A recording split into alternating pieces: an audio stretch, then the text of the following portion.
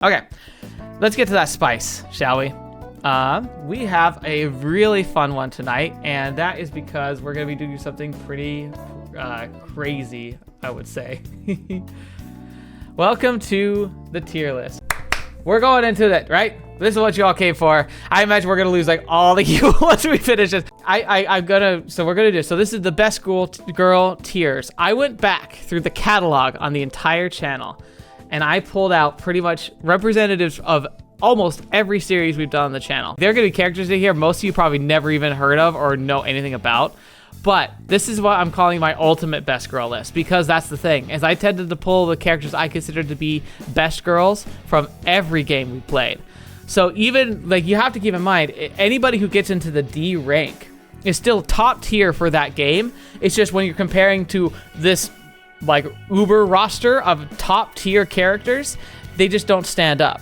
So even if I give somebody a D ranking here, do not take it personally. You need to understand it's still a high praise. It's just saying in comparison, it's just not it's just not the same. And then the top best girl, like, you need to understand, best girl is going to be for one. It's going to be my vote for the candidate that will be the reigning champion of best girl for the channel until we do another one of these. All right. Oh my gosh. Like, I wonder if there's going to be people who are like not even going to be with us in like an hour, like when I'm done with this list. Are you just going to jump ship and just abandon the channel? Please don't. But again, just keep that in mind. Anyone who's made it to this list is considered top tier, especially for the game they came from. So like, that's the scaling we're looking at here, is the fact that this is best girls from every game. And there's plenty of girls that I wish could have been brought into this list, but I didn't want to make this 100 people long. So we're going to start, and the first character, because it starts with the A, Akane, is going to be Akane from Rewrite. It's funny because, like, we're going to be dipping so much into the past, but we're going to start here, and then I'll go find her counterpart that's in here, which is Kotori. But Akane. Oh, it's already starting. I'm already having trouble here. Okay. Think it's never an insult. It's never an insult. Akane, I have to put in B tier. Now, the reason I'm saying that is because I absolutely loved her path. One of the best things about her route is how emotionally invested I got with her. I felt heartbreak from beginning to end, but a lot of times best girl comes down to be I imagine myself, if I were in this universe and I was in, like, maybe even if I wasn't in the shoes of the main character, but I was essentially like a classmate or a coworker, somebody who's appropriately like in that social group. I try and say, like, how likely would I be? Yeah. No briberies from the chat. No bribes. I'm putting them where I can. The reason why I put Akane is in B tier is because I found that her personality is overwhelming. I think she's fantastic. I would genuinely love to spend time with her as a person, especially once we cracked through the initial shell and like kind of got her a little bit out of her neat like lifestyle where she actually would go outside and do stuff. She was pretty much a joy to be around. Her personal struggles and like the responsibility and burden that she had was so overwhelming. I don't blame her for making a lot of the choices she did, but it hurts so much. It would be so painful to be close to her, literally or figuratively.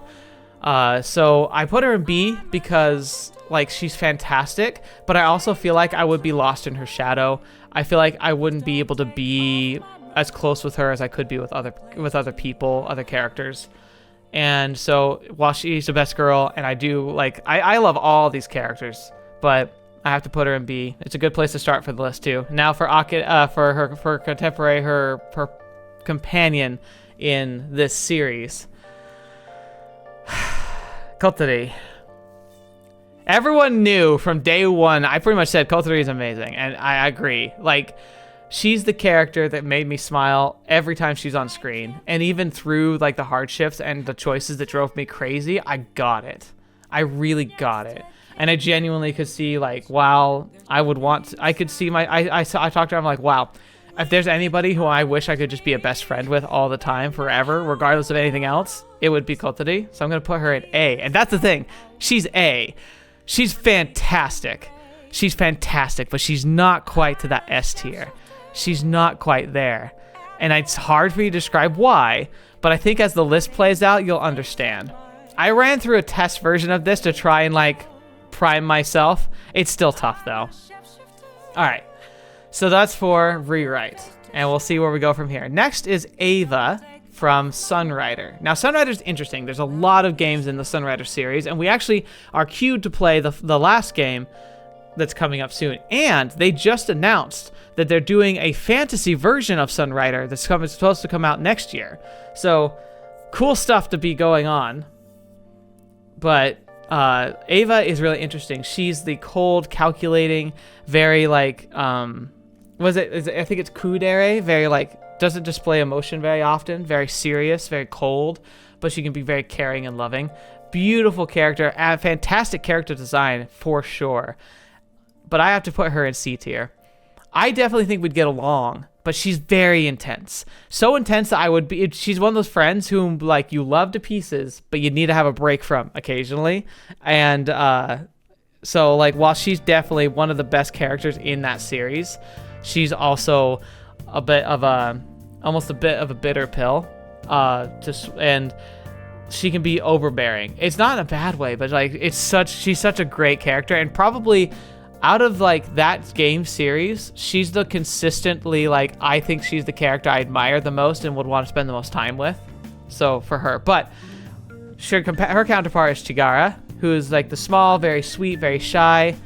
And it's funny because she should be in isolation a B. Fantastic character. But there's stuff that happens in her story and the things and choices that are made that in the games are so insane and so gut-wrenchingly like just awful, like heart-burning. I have to put her in D. And that's the sad thing, is like she's my top character in that game. There's even like a management sim game where you literally are going to like high school with the characters, and you're like, it's a dating sim slash like management where you're trying to get them to perform well in their clubs and stuff. And she was immediately my favorite character in the game.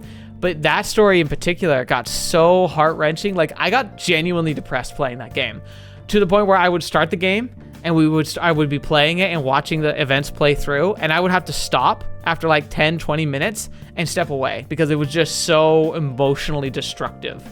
Fantastic series, fantastically well written, honestly, especially with the first two games being literally free to play. You can go to Steam right now, download Sunrider, and it comes with Sunrider and Sunrider Mask of Aurelius, which is the second game. They're absolutely free. You can just download and play it right now, and then you can buy the third and fourth game if you like them. But if you've never played it, absolutely should play it. But yeah, Chigara, best character and worst character at the same time. Well, not really worst character. She's always one of the better characters, but it's so I was so traumatized by her plot, like by her like line. I have to put her in D because like it genuinely would be like trauma. It's like even looking at her, I feel like a bitterness in my heart because she's such a sweet character, but she's also such a like it's so hard. It's so hard to deal with. So yeah, D. Next is interesting because this is one of the few games we're dipping into that isn't visual novel. So, Bastila Shah. Great character, fun development, fascinating person. I gotta put her in C tier. She's oddly immature for the wise Jedi character, and I think that's part of why she works. But like she makes some really questionable choices in the Knights of the Republic series, and it's a lot. It's hard to be like to justify like, oh yeah, she's just fantastic. I feel like while the Knights of the Republic games 1 and 2 are some of the best games, but in my opinion, BioWare's ever made, I think that they also like those games have some of the weakest relationship and character bonding in any of their games. They're good moments, like their characters have good character growth, but especially when it came to the dating, it kind of comes across stilted and awkward. And then as you get to know a lot of the dateable characters, they wanted to make sure they had flaws, but I feel like with Knights of the Republic and Bastila specifically, they gave her too many flaws. It's like, okay, calm down.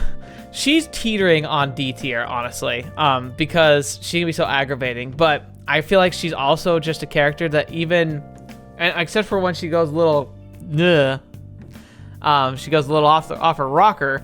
She even then is somebody I still would want to be around. She's somebody I would want to believe in. Somebody I would want to stand next to. So she's not quite in D. Oh yeah. Just Rio. Yeah, she's from Knights of the Republic. Yeah, sorry. I tried to preamble it a bit better, but yeah, Knights of the Republic. It's one of the few non-visual novels we're covering today. I'm putting characters on.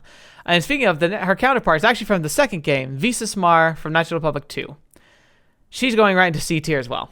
Again, I don't think BioWare just really understood how to make an endearing romantic type of character or somebody you could get really close to wise.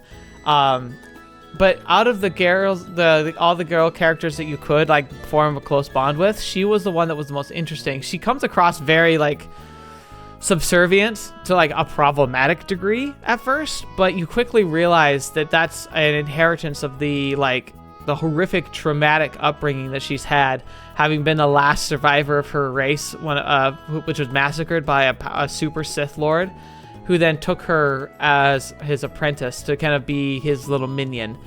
But then after you kind of break her out of that, she becomes a very endearing, very loyal, very thoughtful person who is so full of like caring. It's unfathomable that she ever was a Sith.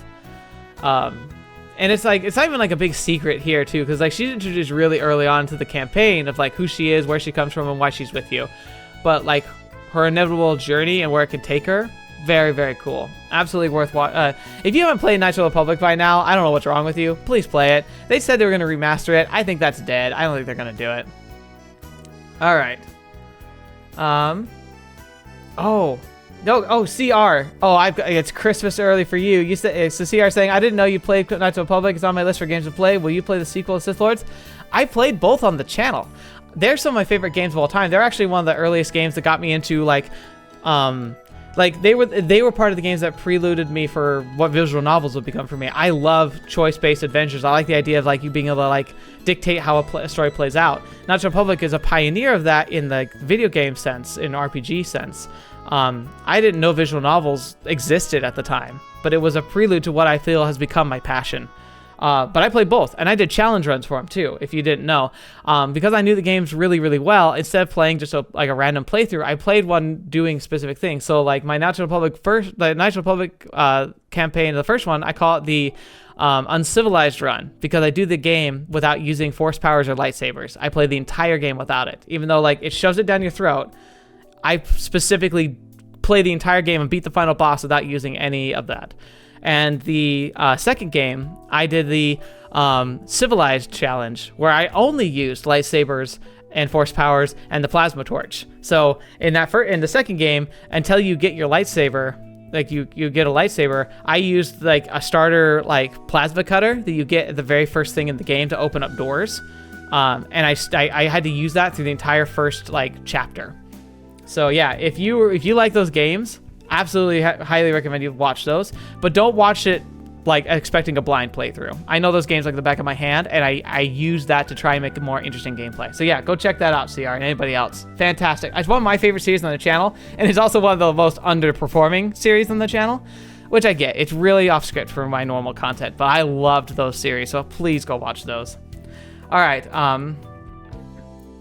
Beatrice from... We're playing a game we played, Love Esquire. This is fun. So Love Esquire was actually a pitch to me by the company that makes it. They reached out and said, hey, would you be interested in covering this game on my channel? And I was like, oh yeah, sure. And then a year and a half passed, and I realized that I still had that game, and I hadn't given it time yet. So I slotted it in. And it was funny because I played the first few episodes and I was like, oh my gosh, this is just going to be super eroge. It's making stupid, cheesy jokes. It's just being dumb. But then I really was shocked by the end. The character development growth in that game is so genuinely impressive. I feel like it actually does itself a disservice by selling itself so much as kind of an ecchi dating sim. Like, it really comes off as just a big joke for the first act, but then you get to the final act, and it's genuinely like, I was crying by the end of it. It was so good. Beatrice is the princess character. She's very stern and standoffish. I'm seeing a trend here already, and shut up. Anyway, but she's cold but matter of fact, and when you get her in her vulnerable moments, she's genuinely a good person. She's the noble lady who believes in like things being just so, and having respect and respecting authority, but she also is really concerned with like common people, and even if she does, she recognizes that she can't relate to them, but instead of just trying to like go down to their level and trying to like to condescend to them, she says, no, we're in different worlds, but I can still make your world better. I'm going to do what I can in my world to make yours better. And I really respect that, respect her for that. And she's a genuinely fun character to get to know in the game. Slap her right into the B tier. Fantastic character. Really tough to get at first. Like when you're getting through her first like levels of friendship, she's just kind of a B. Like she's just really not very kind. Oh, fetch. I just realized I forgot. I had 3 for KOTOR, so I'll have to jump back to KOTOR in a second. But I'll finish Beatrice. Really good, though. She has, like, hair drills to drill into the core of the earth. Really fantastic character. And then her counterpart from that game, from Love Esquire, is Vel. She's crass. She's loud. She's violent. She's really good at being violent. And she really hates that she's really good at being violent. She has a wonderful past and a wonderful story arc and a fantastic story. And I was like, I remember I specifically, when I played the game, I got her ending. I didn't plan to. You kind of get to know a lot of the, like a variety of the girls, and I've started trying to focus on Beatrice. But you can't always like bond with characters in that game at any time you want to. So you kind of get it bonding a little bit with everybody, and there's actually a way you can play where you can bond with all of them and get to all of their finales. But Vel, she was the come from behind surprise A tier, fantastic character. She just shone like a beacon. She was fantastically written, and she's one of those people who, like, as soon as you got past the gruff exterior, you just wanted to like be her best friend and give her a hug all the time, because she'd been through so much, and yet she was so dedicated to helping other people at her own detriment and just being a good person. She's fantastic. Wonderful. Now, the KOTOR character I totally forgot is the Handmaiden. She has her own name, but I won't say it just because it is a bit of a spoiler. It's not a huge spoiler, but if you play the games, it's a spoiler. But she's also C tier. Again, KOTOR. She's probably actually D tier now I think about it. I like her character a lot, and I always romanced her in the Knights of the Republic 2. But that's because you kind of get binary, and with her, like, hers was interesting, but she would be an uncomfortable person to be around a lot of the time, even when she's on her more mellow side. I just don't know. Like, in hindsight and like looking at things objectively, I had a soft spot for her because she was the character I was interested in romancing when I first played the game. But in hindsight, I'm not so much convinced anymore. I think Visas is a better character, and I would rather, if I had to pick between being friends with just Visas Mar and Handmaiden, I'd probably want to be friends with Visas more. Okay. Now, this is an interesting one. This is a character from a game that only has, well, 2 characters. Budapest, who we're talking about here, and you, the main character. Now, Budapest is interesting because this is a great example of why I think Best Girl doesn't have to be a romanceable route. There's gonna be plenty on here that aren't, well, I wouldn't consider romanceable, especially for me, but in general, just like, no. But Budapest is S tier. She's an AI, and she's amazing. Like, she's a character who is fantastically just incredible. She's from a free game on Steam from a game jam that was done several years ago. Oh gosh, what's it called? All right, hang on. I'm gonna look it up real fast because I know the name, but it's a tough one to say. Palinurus. Okay, I'll go to the store page and I'll show you here. So Palinurus here. This game is amazing. It's free. It's super short. It's like 3 hours long. Genuinely one of the best games I've ever played, and especially considering how short it is. So as far as characters go, just phenomenal character. Phenomenal. Oh my gosh. I talk about a lot of these games. Like, I'll cry in several games that I play. This one I'll be bawling because Budapest was such a good character, and the way things play out with her is just incredible. But that's the thing too. She's not a romanceable character at all. Not even close. She's just an innocent person who is there in a dire situation to help your main character. And when you talk with her, I don't know. I bonded with her as a character so well. It's just incredible. Contender for one of the best characters we've ever come across on the channel, and most of you probably never heard that game. I definitely was a lot smaller when I played that, so absolutely go check that game out. Again, free. Absolutely free. I doubt maybe you won't be as near as impressed as me. She might be closer to an A tier than an S tier, but I think she's contender because I have such a positive just like memory of her as a character. But yeah, she's the only character in that game, so it's the only one we're covering there. You know what? Okay. S tier might be a bit much for her. I'll put her down to A. She's real close though, but I don't know if I can consider her an S tier. Like, I want to, but I'm not sure. Alright, speaking of A tiers though, Emmy! Emmy from Katawa Shoujo. Katawa Shoujo is fantastic. Another game that's also free. Also free on Steam now. It wasn't when I played it, but it was on Steam. Emmy's fantastic. She was the route. Again, that was another game where I wasn't trying to get her route, but I got it anyway, and I was pleasantly surprised. It became one of my favorite routes in the entire game. It was wonderful. The emotional delivery for her story isn't just... It's impactful. And she has this combination of what I really appreciate as a person, because I tend to be the more introverted. I'm self-skeptical. I second-guess myself all the time. And the story plays into that, where the main character kind of behaves slightly differently in each route because each route is written by a different person. And in Emmy's route, the main character is very like self-conscious and kind of beats themselves up. And Emmy is this like kind of ray of sunshine that just kind of challenges that and says, "Hey, you should push yourself. I'll do it with you. Let's work together."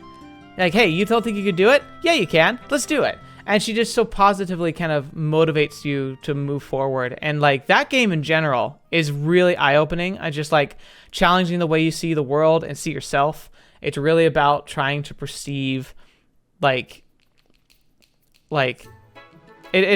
revolves around people who have physical disabilities, like some kind of disability that's going on, like you as a main character do, and they do as well. And I love how it's a great example of a story where it feels like a lot of games and movies, there's a lot of talk about like DEI and being all like politically correct and all that, and that's the thing, like that's all wrong, honestly. It's not the problem of being inclusive. Being inclusive is good. It's always good. But when the aspect that you're including somebody to be inclusive becomes their whole personality, that's where it becomes a problem. That's where it's like you're just checking off boxes. That's where it becomes just gross, because it's like it's not enhancing the story of the character. It's just trying to like make a mountain out of a molehill. And that's what Katawa Shoujo does amazingly well, because it takes characters that definitely have genuine like issues, like that disruptive life issues, and it's about saying these are the people behind them. Like Emmy has has like from the knees down has no legs, but she's a runner, and it's like all the exploration of the story is about like, hey, she has a disability, but it's just a small sliver of who this person is, and you fall in love with the person. And it's never feeling like it's checking things off. But yeah, so some of you saying you've been meaning to get around to Katawa Shoujo. Fantastic. Yeah, the beautiful thing about it is you got to keep in mind that the birthplace of Katawa Shoujo was 4chan. I don't know how it started. I didn't really dive into that, but 4chan is a cesspool of just insanity. And yet people came together from that community and built one of the most like inclusive, wholesome, and genuinely interesting games that's ever been birthed, and they never charged money for it. To this day, it's free. Ultimately, if you've never read Katawa Shoujo, it's worth it. Now, it's interesting. I don't know for sure. It's definitely was not intended to be... it has very strong like H scenes and ecchi content. You can click a button to tone it down. I don't think I would, though. it's a good example and a perfect example actually of where I feel like the H scenes are endemic to telling a story and enveloping you in the like growth and development of a relationship rather than just to be explicit. But some people would probably disagree with me on that. But I think it's worth getting the full experience. So if you play it, I recommend you watch it, you play it all, and you might need to download it from their main site because the Steam one is probably censored. Just my guess. They probably just uploaded the censored version to Steam. But at least if you download it from their main site, which is still free, you can toggle it so you can decide whether you want it or not. Katawa Shoujo, we're still here because there's a second girl from here, and this is going to be an interesting one.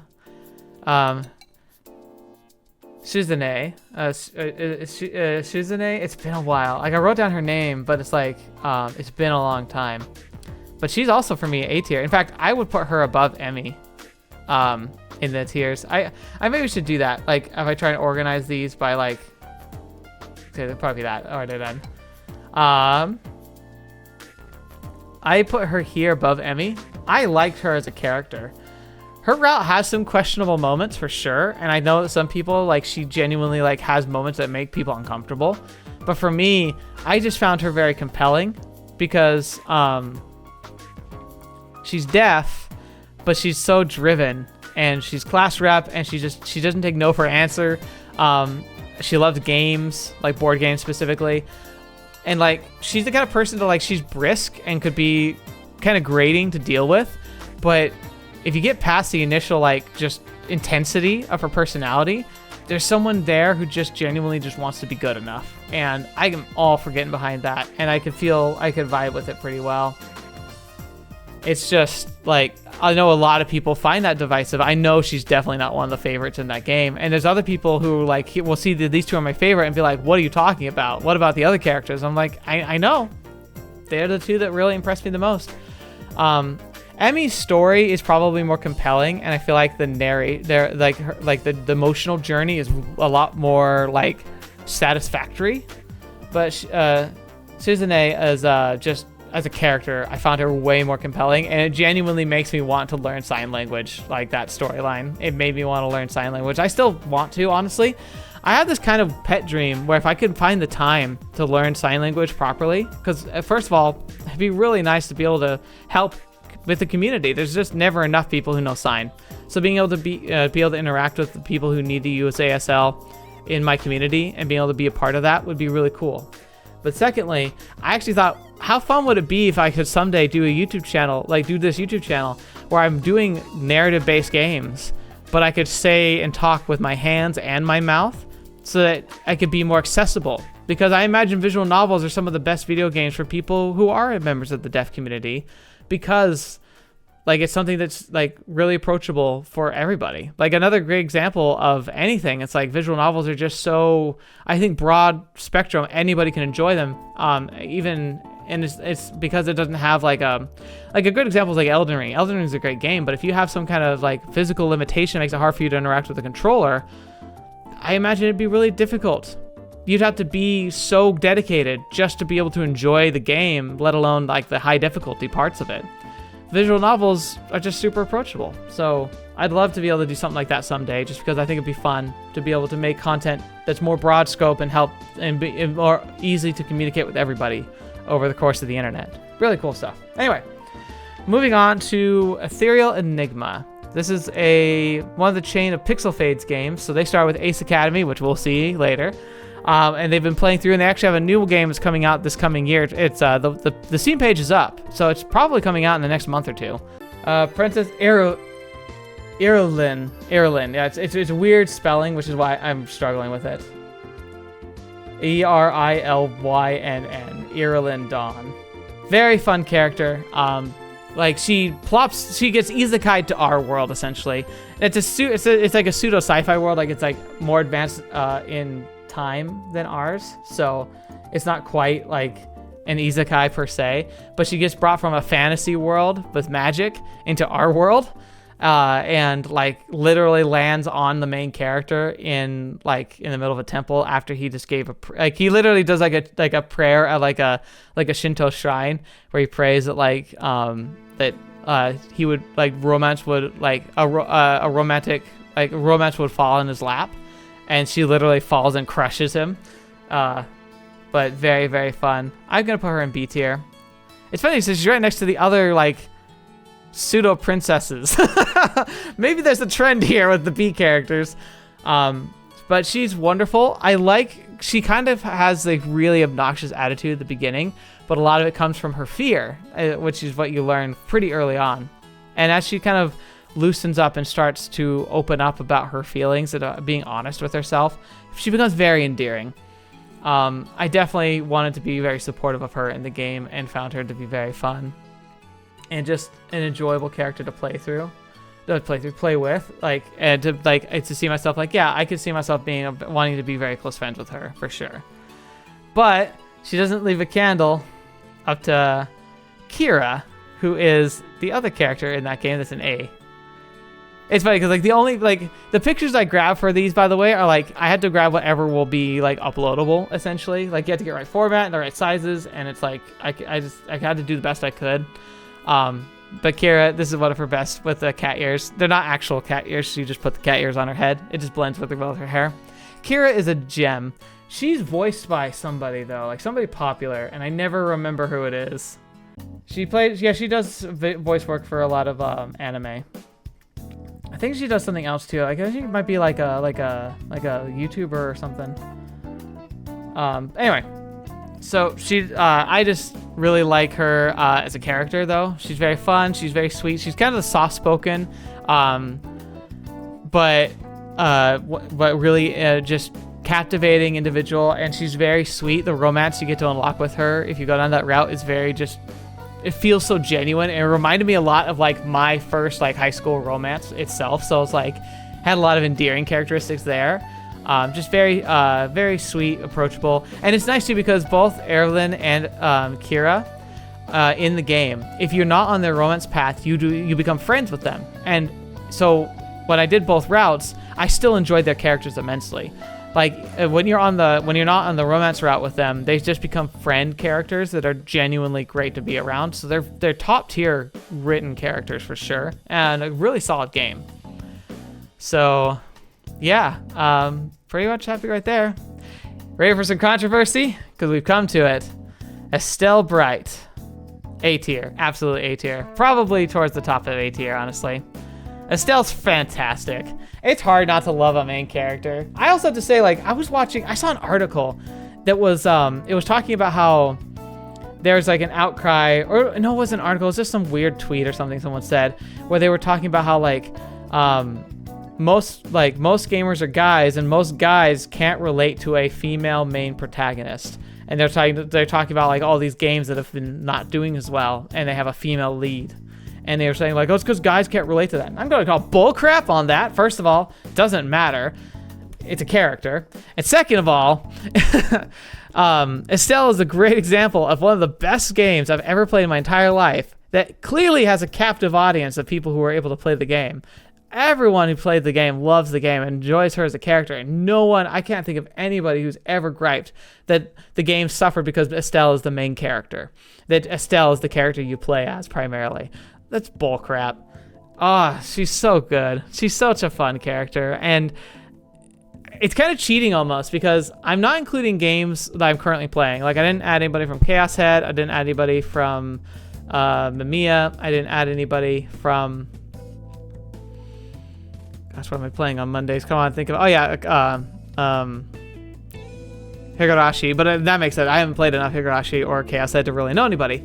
But Estelle gets to be in here because I technically beat the first game, and I'm playing the second game now. But the second game is spoiling me rotten even more. Estelle's great. She's so wonderful. Absolutely A tier. One of the best characters ever. I definitely would want to be best friends with Estelle. I feel like I'd get attacked, but yeah. Such a good character. Genuine gold tier. And she's only falls in the shadow of one person. And that's the first S tier, the first true S tier, Chloe. Or as I found out in the voice pack, Chloe, which is what I said from day one, and everyone said, no, it's Chloe. It's no, if the Japanese version, it's Chloe. My instincts were telling me what I was doing was right. Anyway, Chloe. Fantastic. Oh, what can I even say? Even then, I might have debated putting her in S. Except for, like I said, the cheating of like the recent stuff we've been doing in the second game. Oh. Oh wait, so you thought it's closer? Well, like I think what's happening is like I think they're dropping the last consonant, at least like the last vowel sound from her name. So like it'd be like Chloe or like normally Closa, but I think it says Chlo. And they kind of like drop the sound, like it's quiet. Like I think it just drops off, so you just can't hear it very well. And again, I don't know Japanese super well, but when I was hearing it, I feel like they were just dropping the E sound rather than emphasizing it.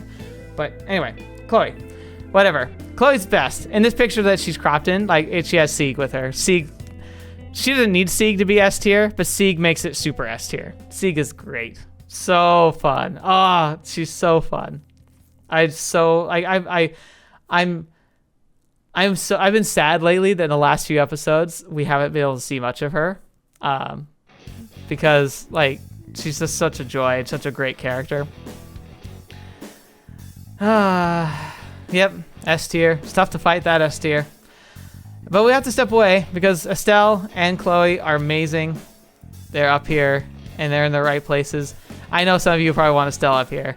I just don't know if I can put her up there for me, because it's also hard though. Like, to be fair, it's hard for me to see myself standing next to Estelle when I know Joshua's there. It's like, well, I mean, that's taken. So, but like, for this tier list, I don't look at that, but it's like, it's hard to get past that. Interesting. So now we're at another one too. Now we're at Steins Gate. It's interesting because like the way it goes, it's gonna be Ferris first. And honestly, like if you'd asked me after we finished Steins Gate, I would have put Ferris probably up here. But hindsight has forced me to put her down here. Ferris is fantastic. Oh, she might be tightly delusional, but she's not insane. She has that persona because it helps her differentiate her life from like the really serious part to the part where she can just have friends and be happy. But as a character, she's moving and powerful and amazing. You watch Steins Gate, but you need to go through the novel? Absolutely. You should. It's got a lot more in it. I also invite you to go join me on my playthrough, but I don't go through all the endings, so you really should play it. Steins Gate's absolutely worth a read, even if you watch the anime. The anime is great, but it really pales. It does not do the visual novel justice, and that's just how good it is. Yeah, just don't play Elite. I got gifted Elite, and I tried it. Elite, I think they make some changes, but from what I can tell, they just replaced the fantastic art with clips from the anime, which is just gross. So don't do Elite. It's really, it suffers. I think they were just trying to like build off of the success of the anime, and like, oh look, here's the anime, but it's the source from the anime. But trust me, it's better from the source. Anyway, Ferris, fantastic. She's a character that just melted my heart. And it's funny because I remember I get to the first episode where she comes into play and I was like, oh, I was rolling my eyes so hard. I was like, I can't believe this girl. Like, ugh, I can't stand her. And then as you get to know her, especially on her journey, and see like what she sacrificed and what she has to put up with, oh, stole my heart. And I actually think my favorite part is when you get to see who she is when she's not kind of putting on that role that she has. So she puts on kind of a face when she's at work, and when you get to see the real her, it genuinely, that's what sold me as a character. I was just like, fantastic, absolutely fantastic.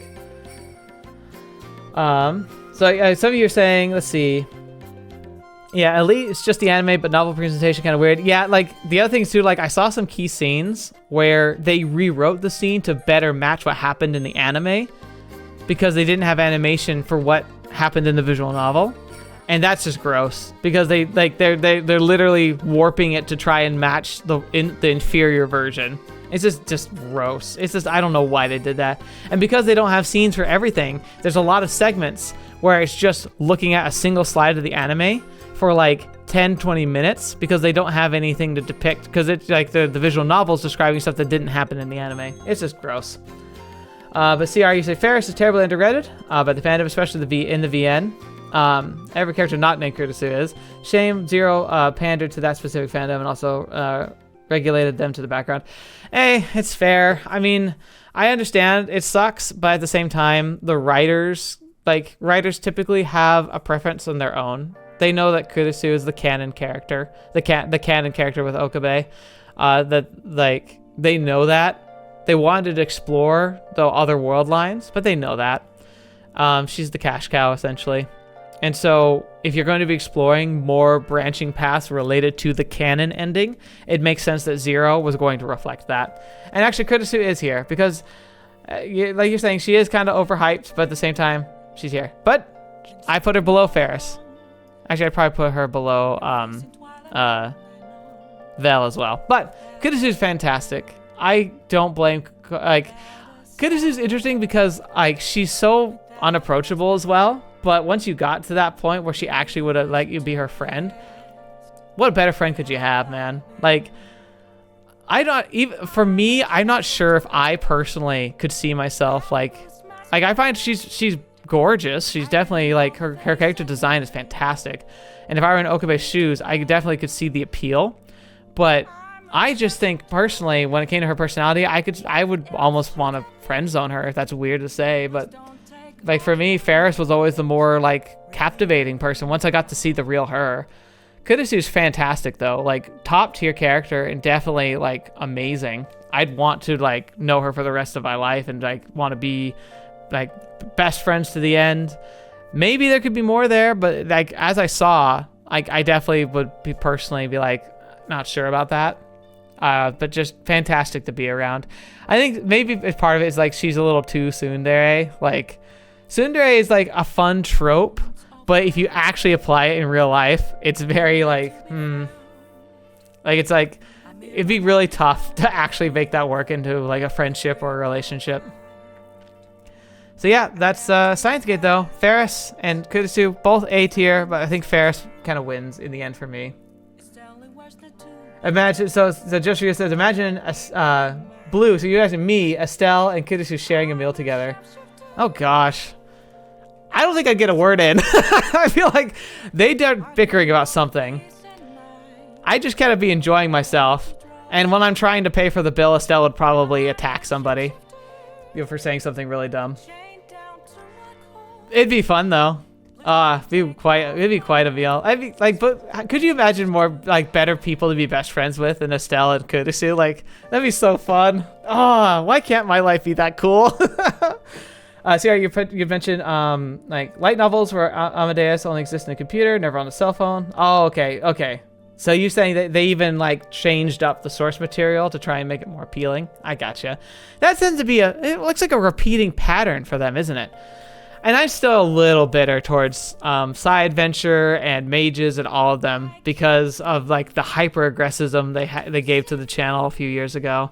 I'm really enjoying Chaos Head, but the company itself and the recent stuff they're trying to release is kind of clearly showing signs that it's I feel like they're trying to recapture the magic, but I get the feeling that the people who made the magic happen have probably been pushed out of the company by now because it feels like a lot of the publishing that's coming out also is trend chasing. They had the quintuplets show, they did a visual novel about that. They did a visual novel about ReZero, I think. They're making odd choices for visual novels, where they're just basing them on IPs that exist rather than trying to tell a new story. But I don't know. I don't run companies, and I don't have a multi-million YouTube channel for probably the same reason, because I care about the passion and not about the profits. So I probably, what do I know? All right, let's see. We're going to Shutotsu, which is a word I couldn't say very well for a while. This is another one where they have weird names. I'm gonna try and there it is. There's the tab. Thank goodness. Yeah, Arara. It's such a weird name. Arara, but she's fantastic. Put her in B tier. I want to put her in A. I want to put everyone in A. But no, she's B tier. She's very delusional, but again, it's one of the things you crack through the initial veneer, and she's just such a goofball. It should be really fun to just spend time with. Like the whole story is surrounding people who are just like, they're seen as the defects of society in a future where if you're a productive member of society, you literally get superpowers. But if you're not productive, you can lose your gift and you just become like a normal person, but you're considered like a freeloader because you're not contributing. And like, so you just get like money to pay for your food and housing, and then that's it. You're just not expected to do anything. It's kind of like it's weird. Like the premise of the story is really bizarre, if I remember correctly, because I think it's North Korea just discovers a new alloy metal that they're able to make a super like nanobot technology that they use to peacefully, quote unquote, take over the world. And so the whole world's run under a single government. But in this government, everyone gets their basic needs provided for, and you get talents to enhance your capabilities in real life, like your skills and your what you do for your job. And that can essentially give you superpowers. But if you fail to excel or fail to achieve anything or don't like have a job, you just lose your powers and become a normal human who's weak and has to live off the system like a leech. And that's the show, is that it's about rehabilitating people who are seen as these like failures. But it does a cool exploration of like, what does it mean to be viewed as a failure in society, and like, does viewing people like that hamper them and deny them opportunities to actually grow and shine? Very conceptually interesting story. Characters are but it's good. Arada's a great character, though. She's fantastic. A lot of the characters in that are very interesting. Not a lot of them are super impactful, I would say. The main character, Otto, D tier. She's fine. Like, again, she is a best girl character from that show, from that series, because like, I'd want to be friends with her. She has a heartbreaking story, and when she finally actually tries and stops trying to pretend that she's somebody that she's not, she actually is a really like a nice person. But she's also super aggravating because she can be so superficial even after she's learned the lessons that she's learned. She's still got a lot of growth to do as a character, and so she wouldn't be as pleasant to be around. Arada definitely is fun to be around, so she's up here. All right. Yeah, there's a girl named Arada. Yeah, like Arara. Yeah, no, it's something.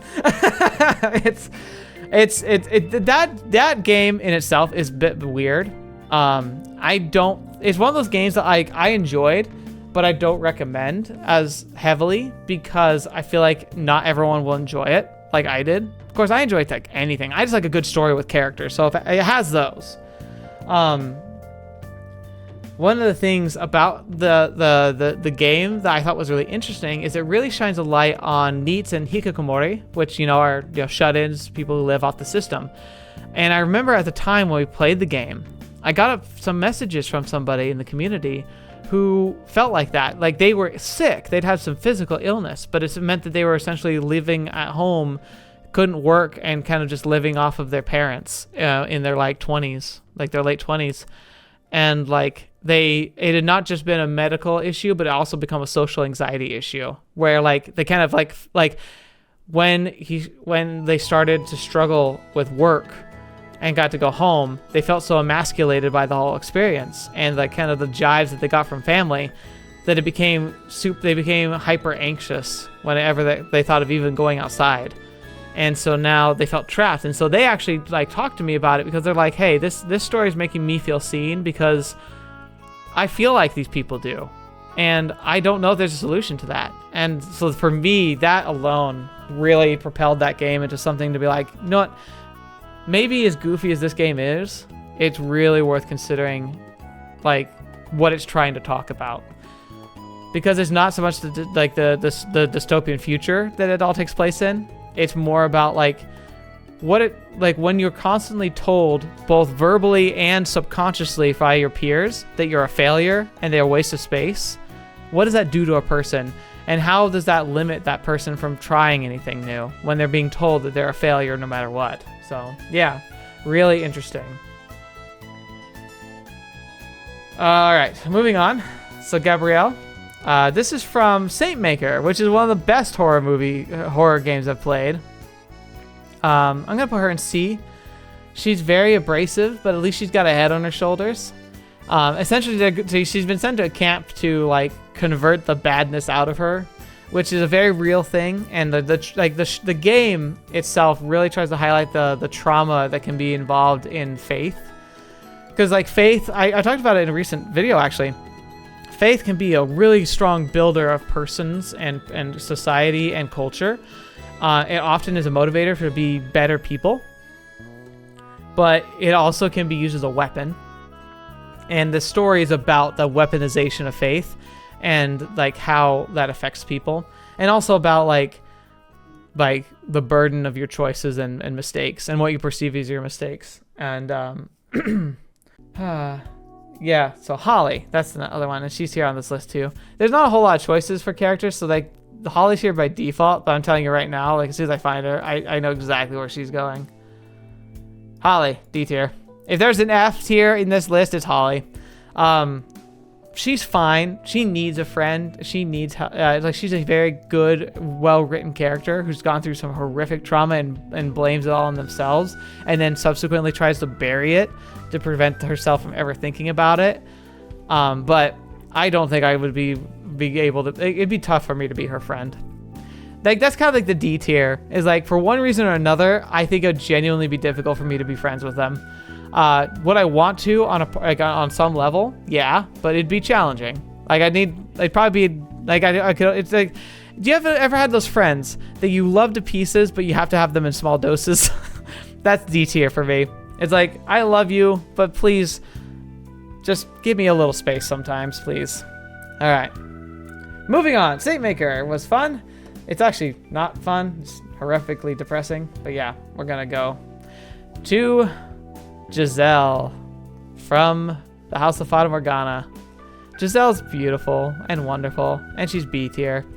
She is a ray of sunshine character who went through some horrific stuff. Everybody in that game went through horrific stuff. But Giselle is somebody who's like, you just want to be around. And I really don't want to say too much because like her story in itself is super spoilerific, but because if you have never played Fata Morgana, absolutely play it. So I'm not going to say too much, but I just say like as far as best girls go, Giselle, top tier, very much would want to be someone you want in your corner. I might push her up to here actually. Just somebody whom you want the best for and who would genuinely be enjoyable to be around. Yeah, say you'll get around to Fata Morgana and Numeneko. People say they're similar in some ways. I wouldn't know about Numeneko. Fata Morgana, genuinely fantastic stories, and I actually will say, like we talked about, like touched on the subject of DEI and like inclusion and about how there's like inclusion and then there's toxic inclusion. I think this is one of the best examples of non-toxic inclusion, where it talks about topics that are tough, that are difficult to frame, and especially considering like the fact that it came out in 2012. The topics it covers and the way it covers them is so phenomenal. It takes subjects that are often misconstrued and politicized and really humanizes them. It's like, look, this is like an experience from a point of view that you probably never had, but it's one that you can digest and understand. It's so well done. But the other best girl from Fata Morgana that I have to go and put an A tier is actually Morgana herself. Again, I really can't say much because if you haven't read that game, you need to read that game. But I'll just say this. Morgana is way more than she appears, even when you initially start to get to know who she is as a character. Fantastic. She's also very abrasive, though. It's funny because like a lot of the more abrasive characters have been coming into the B slot, but for Morgana, like absolutely A slot. Hang on, oh yeah, Giselle, I moved her over there. I was like, where'd she go? You know, Morgana, absolutely A slot for me. Fantastic. Probably my favorite character in that whole game. And I think that's interesting because I don't think a lot of people would agree with me on that. There's so many fantastic characters in that game, like, I'm not surprised that there's a lot of divisiveness about which one's the best. I'm guessing Nellie's the character that's least fan-liked. Like, I mean, she's a good character, but I'm guessing she's not topping charts anytime soon. Especially if you listen to how I voiced her. I'll tell you that. she was like a younger girl when she was on the screen, when she first appeared. So I gave her a higher pitched voice, and she says a lot. So I talked to her voice a lot in that game. So brace yourself if you watch that playthrough. But Fata Morgana, absolutely top tier game. It's probably in the top 10. One of the best stories that's ever been written. Absolutely should read it if you never have. All right, here we get some interesting ones. So, Muv-Luv. I splurged. I couldn't help myself. How was I supposed to just have 2? I picked more than 2. So, I think I picked 5. 5 best girls I couldn't like not have in the list. So we're gonna talk about them, okay? Oh, this is gonna suck. If there's any opinions on here that's gonna be like flaying me alive, it's gonna be this list here. And I think some of this will surprise you. Oh, this is gonna hurt. Okay. Hayase. Technically Rumbling Hearts, but she's so much of Muv-Luv and so critical to the Muv-Luv. I count her. I do want to play Rumbling Hearts. I own it. It's come out. It will probably be covered on the channel. But I decided we would take a break from Muv-Luv stuff because the main Muv-Luv stuff has been released yet, or at least translated, that I haven't played yet. And so I put Rumbling Hearts on the shelf for now. We'll go back to it probably when we go back to Muv-Luv. If it Maya in D tier. If I did that, I'd probably have to burn my own house down. Hayase, it's so close. It's so close. And it might change when we play Rumbling Hearts, but I'm going to put her in A tier. I think I'm going to put her at the top of A tier. Like, I think she'll unseat Budapest, but I think in the grand scheme of things, I have to put her in A tier because I love her to pieces, but I feel like she just pales in comparison to what is possible. She's fantastic, though. Fantastic character. And I'm actually going to be pairing her up in the same slots, and maybe she'll be overcome by Yufei, who is for essentially a side character. I genuinely was entranced with her from day one. She popped up on the screen with her attitude, the chimes, and her character design and everything. And I was just like, I like you a lot. And she never disappointed.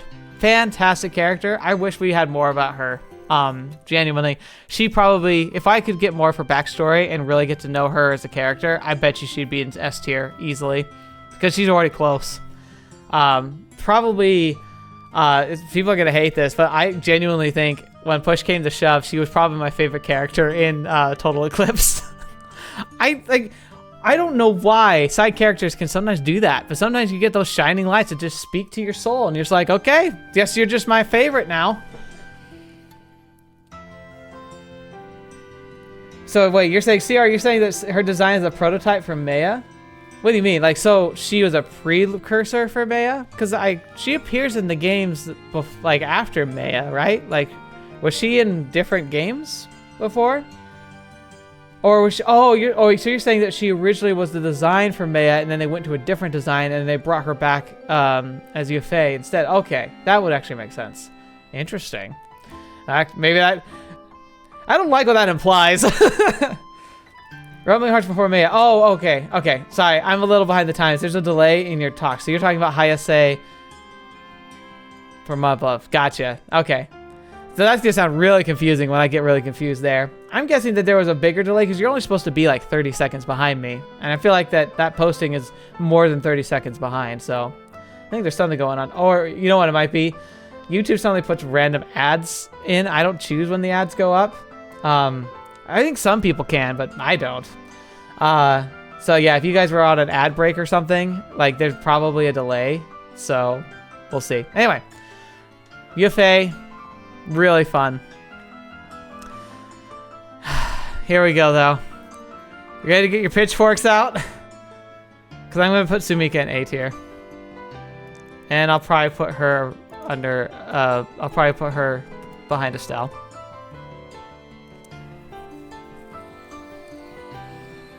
I love Sumika a lot. She's such a good character. She really is. And she really, really, like, I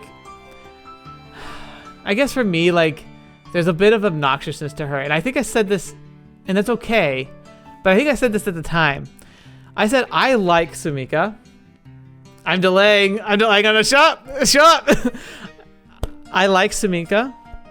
And I genuinely would want to, like, she would be one of the best friends you could ever have. I definitely would want to be in that position. But I definitely also am of the opinion that Sumika is the best for Takaru, not for me. Takaru, I do think there's a solid argument to say that it genuinely should be like Takaru and Sumika forever, just because they really are like puzzle pieces that are just locked in. Like it's just meant to be. These are parts. I'm sorry. I'm sorry. Oh, I know I'm gonna die. Someone's going to burn my house down. It's gonna happen. So yeah, you probably know, I'm not shy about it at all.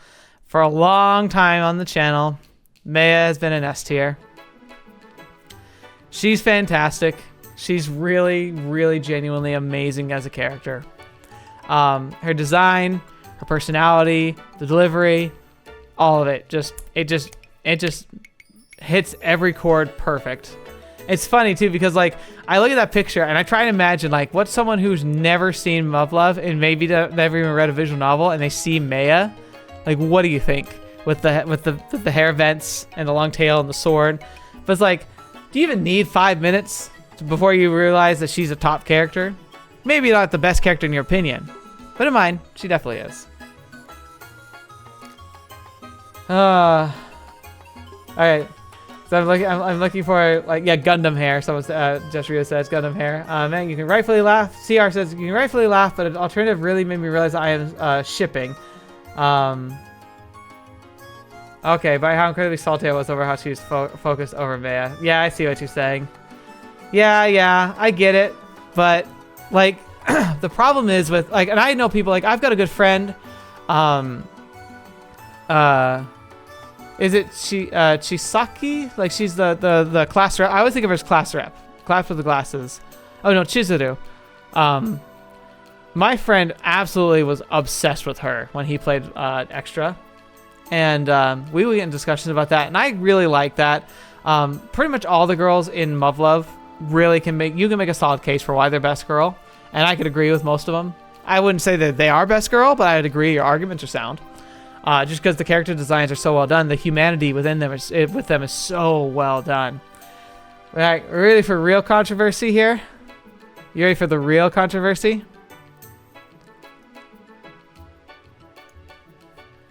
How would you feel if I put the order like that? If I shuffled this order a little bit, put Yui here. So, all right, I'm not sure.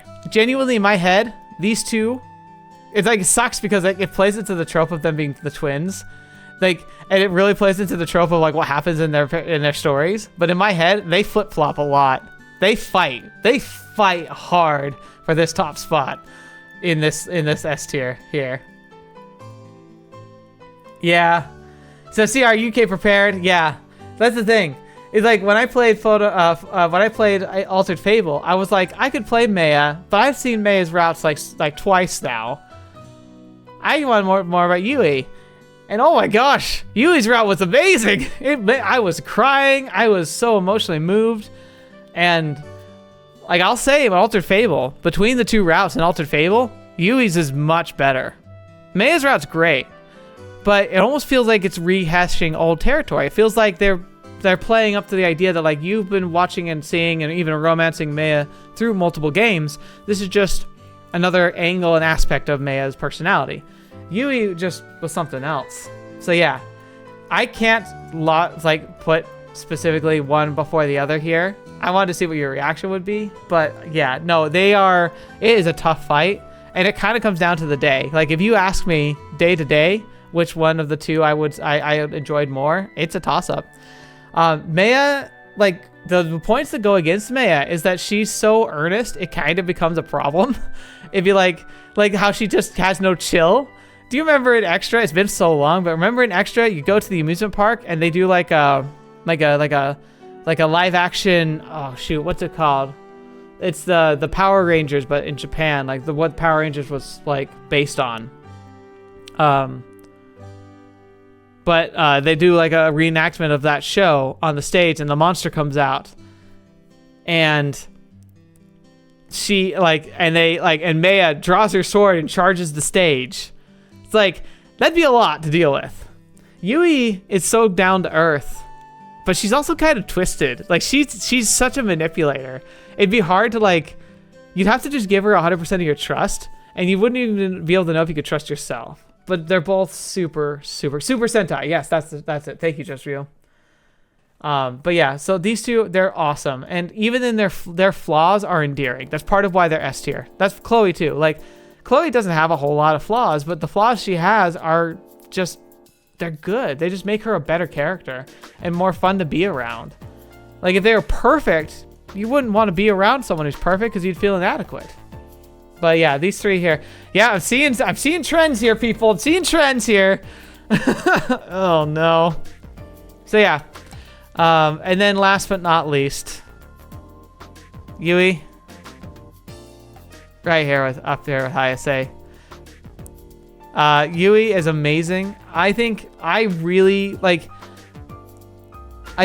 when it came to like the binary choice in a Total Eclipse, it was like Yui or oh my gosh, I should know it. It hasn't been that long. Scarlet Twins. You're gonna hate me for this. I have to look it up because I want to make sure I say it right. I know it, but I don't want to say it wrong and look really stupid. Kriska, that's right, of course, Kriska. I think I was mixing up in my head with Inya and Kriska because they're such a pair. Like, I kept wanting to say Inya, and I was like, no, I don't think that's right, so I looked it up. So Kriska, if it came between Kriska and Yui, I preferred Yui. If I were to choose, I was going to choose the Yui route, if Yufei couldn't be a route. But imagine if the pitchfork moment was because I forgot a name. Shut up!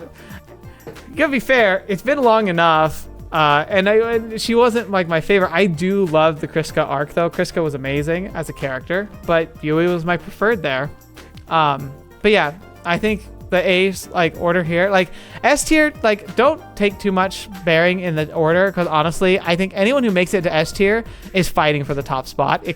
All of them, even Chloe. I could put Chloe right here, and I feel perfectly happy with that. So don't assume the way I have these ordered is going to mean anything for best girl. It's just they're up here for a reason. But for the rest of these, the order does matter. So I would put Yui here. She's such a fantastic character. Beautiful. She's probably one of the most I think they really tried hard to make her just an attractive person. All of their characters are, of course, attractive. They do that on purpose, and I'm all for it. But I felt like Yui, they really pushed to be she's attractive, and not because she's wearing like outfits she wears. It's every outfit she wears makes her look great. But she's fantastic, and I really loved being able to do that backstory with the capital burns.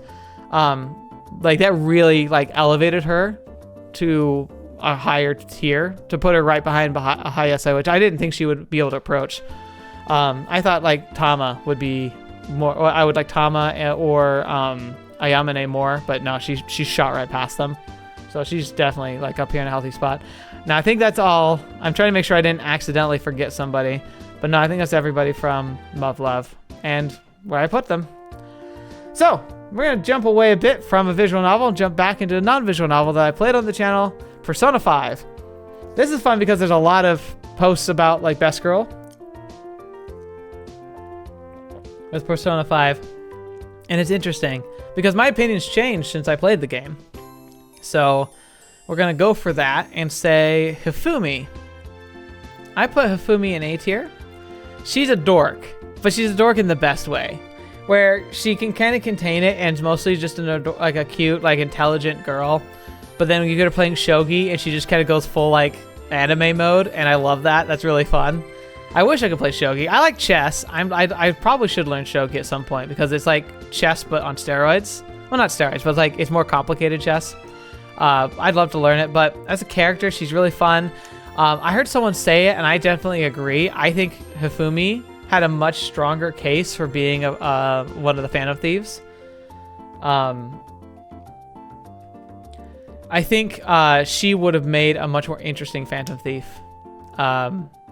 And I'll get back to that in a second, but Thieves of Hearts, you say, which is ironic that your name is Thieves of Hearts, and you say Persona 5 was fun, but you don't think it was a masterpiece, but you really liked it. I kind of agree. It's far from perfect, but I think also, the other thing is it was a product of the times. I think it came out at a time when there just hadn't been a lot of very exciting JRPGs released.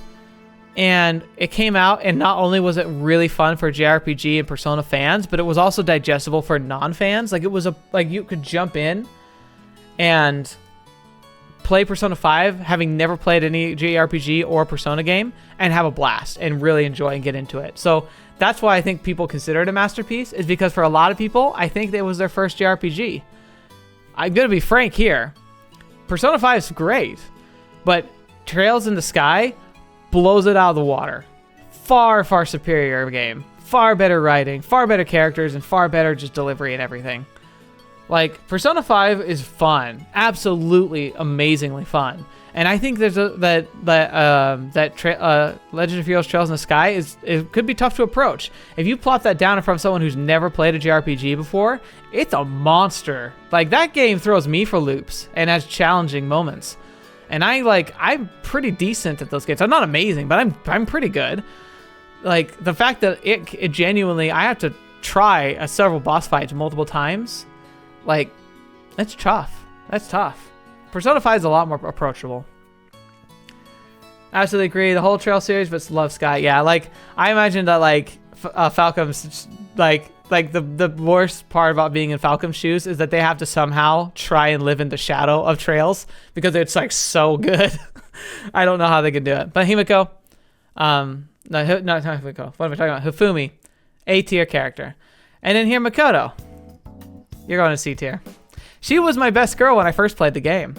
But as I, like, thought about it over time, I kind of I can't even realize that she's, like, she has key moments, but I feel like Persona 5 pushes her a bit. Like it almost, like, makes her the canon girl. Because it really tries hard. Like, it makes all the different routes and romanceable paths and friendships really fun and dynamic. It does a great job with all of them. But it really tries, like, in main story content, like, if you watch, like, the interactions Makoto has with the main character and the role she plays, it feels like in the canon stuff, like the stuff that's not disputable or choice-based, it really pushes this idea that Makoto is, like, the match for, what's the main character's canon name? Like, Ren? And, oh, CR? Here's the funny thing. I've only played the one. I want to play the others, but I want to play them on the channel someday. So I've only played Persona 5. It's a really solid one. I've heard Persona 4 and 3 are good. I've heard that people who played 3 like it a lot more than 4. But I've heard plenty of people say that 4 is great. But it's one of those things where, like, if you play 5 and then you go backward, I think you're gonna like, it's not just, like, the loss of fidelity in the graphics that might be a bit off-putting, but also, like, the game mechanics they're not as dynamic as they are in 5. Yeah, Thieves of Hearts, you say 4 is your favorite. So yeah, like, I've heard many good things. I've never heard anything. I don't know about Persona 1 or 2. Like, can you even play them? Like, I didn't even know what console they were on. I only heard about 3, 4, and 5. I don't know anything about the first 2. But anyway, Makoto here, C. Fantastic character, well done. But, like, I feel like I would struggle to, like, really, like, she definitely wouldn't be my best friend of the Phantom Thieves.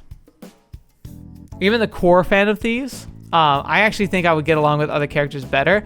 But as far as the romanceable characters go, she is one of the better ones. I have her on this list, though, because she was best girl when I played the game on the channel. And I kind of need to revise that she is a best girl, but she's definitely lost footing over time. She's just not D tier. She's definitely not D tier. Because, like I said, D tier is, like, the people who are, like, I like, but I would probably struggle to spend time with. She's just here in C tier. All right. Now I want to see a super blast from the past. Oh, you just started Trails? Ah, I'm jealous. I wish I could see through your eyes again. definitely check in the series like after you play the game, like and see what I thought at those like especially at your key moments. But you're gonna I think you'll outpace it because you're probably gonna get addicted like I did, but like you don't pace yourself like I do, where I only play a couple hours a week for videos. So yeah, like I'm jealous of you, man. I'm jealous. All right, moving on topic though. Blast from the Past. I don't know if any of you have ever watched the first visual novel I covered on the channel. The inspiration for it actually came from the Anime Man channel, because back then he was the first person I first got introduced to the concept of visual novels through him, because I followed him. He was one of the first content creators I followed on like YouTube that covered anime in general. And the whole reason that I did, he was brilliant. His naming scheme is perfect. Naming his channel that was like such a brilliant move, because I remember I was like, I wanted to get an anime. I'd been shown anime growing like in high school, but I never like hunted it down. I just like had a friend who recommended a couple to me, and I really fell in love with Baccano as an anime. And so later down the line, I said, you know what? I want to try anime again. Where's a good place to start? So I tried to look up like best anime to start with, and Anime Man's video of top 10 first anime to watch popped up, and I watched that, and I subscribed to his channel. And then he played 2 visual novels, and he played one. I was like, wow, that was really interesting. And then he started this one. I was like, you know what? I want to see more content like this. I'm struggling to find anybody who covers it in a way that I find appealing. So, a visual novel man. I have a feeling that wouldn't have taken off like the Anime Man. It sounds so cheesy too. Again, just like everything else on my channel, it's not search optimization. Like it's not optimized for searches. It's just personal. Maybe bring it up later in the stream. It's been a while probably since I've talked about it. I'd love to talk about the origin of the name, TheBlueShifting, like where that came from, because it's a very personal story for me. But anyway, so yeah, the YouTube. So Anime Man played a few visual novels, and I really liked them. I was like, what is this stuff? And I looked at it, I was like, this is what I've always wanted, because I grew up reading the Choose Your Own Adventure books, and I thought those were the coolest things in the world. And I was like, man, I wish there was more stuff like this. I had no idea that visual novels existed. And so I started my visual novel journey in 2015, 2016 when I started the channel. Like every visual novel I played in my entire life, I played on the channel.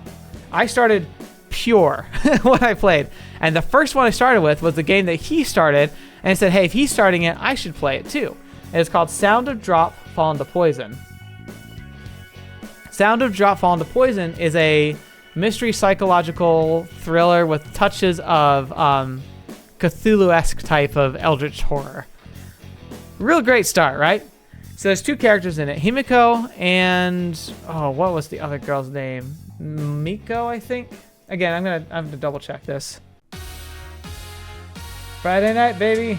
So, no, it's Himino and Mayumi. So I was way off. Keep in mind though, I played this game in 2016, and oh my gosh, absolutely, go watch that first video. If you ever want to see just how much better I've gotten at making content on YouTube, go watch my early stuff. It's horrific, but I learned a lot, and the game was pretty solid. So Himino, fantastic character, probably a B tier. She's nice, very lovely. She goes through some crap, that's for sure, in this game, but she's very sweet. And definitely someone I could see myself like yeah, I'd want to be friends with her. I'd want to spend time with her. Mayumi, she's the main character, D tier.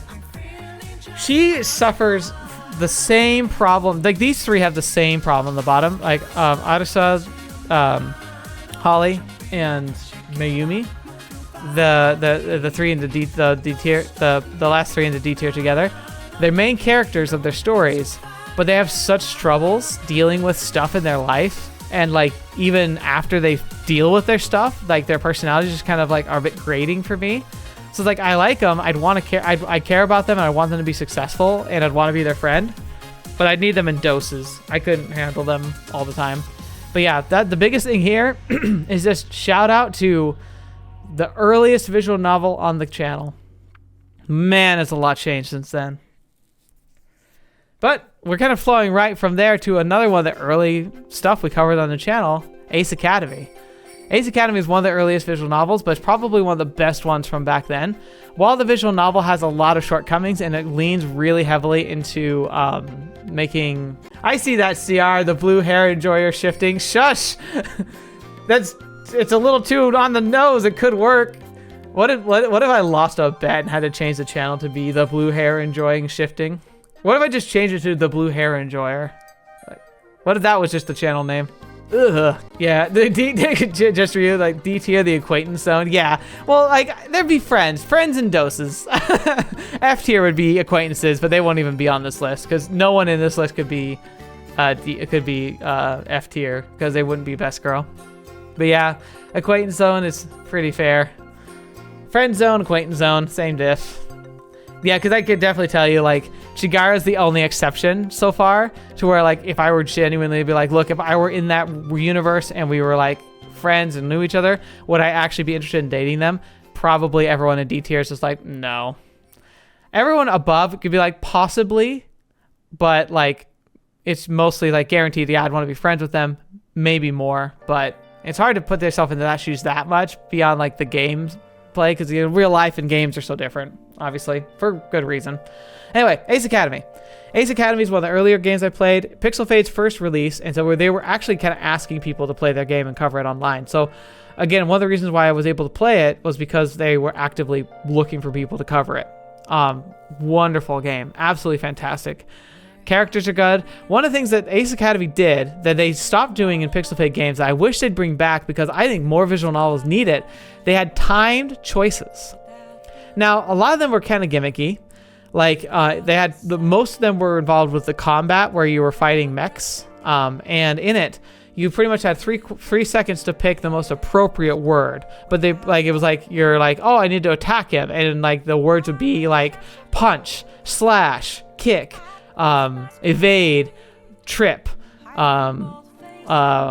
hesitate. And it's like, well, clearly you don't pick dodge, hesitate, or trip. You pick attack or slash or jump or whatever. Like that was the choice, but you had a time limit to pick it. And if you didn't pick in time, it defaulted to the worst option.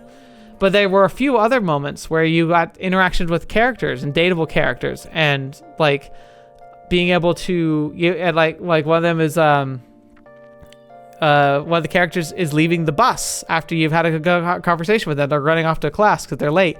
And you have a split second where the character's like, should I ask for their contact number, their phone number? And you get 3 seconds to decide if you yes, call out to them and say like, hey, can I have your number, or no? And that changes how you interact with that character. And I think that's a cool mechanic. I think visual novels can let you hem and haw too much sometimes. And it'd be kind of fun to let it be like, you have to make a snap decision and then suffer the consequences of it. I think games like Steins Gate would have really benefited from that, a time pressure where like you make those critical decisions, but you have like a window of like 10 seconds where you have to like mull things over and decide. I think that would have been cool to explore.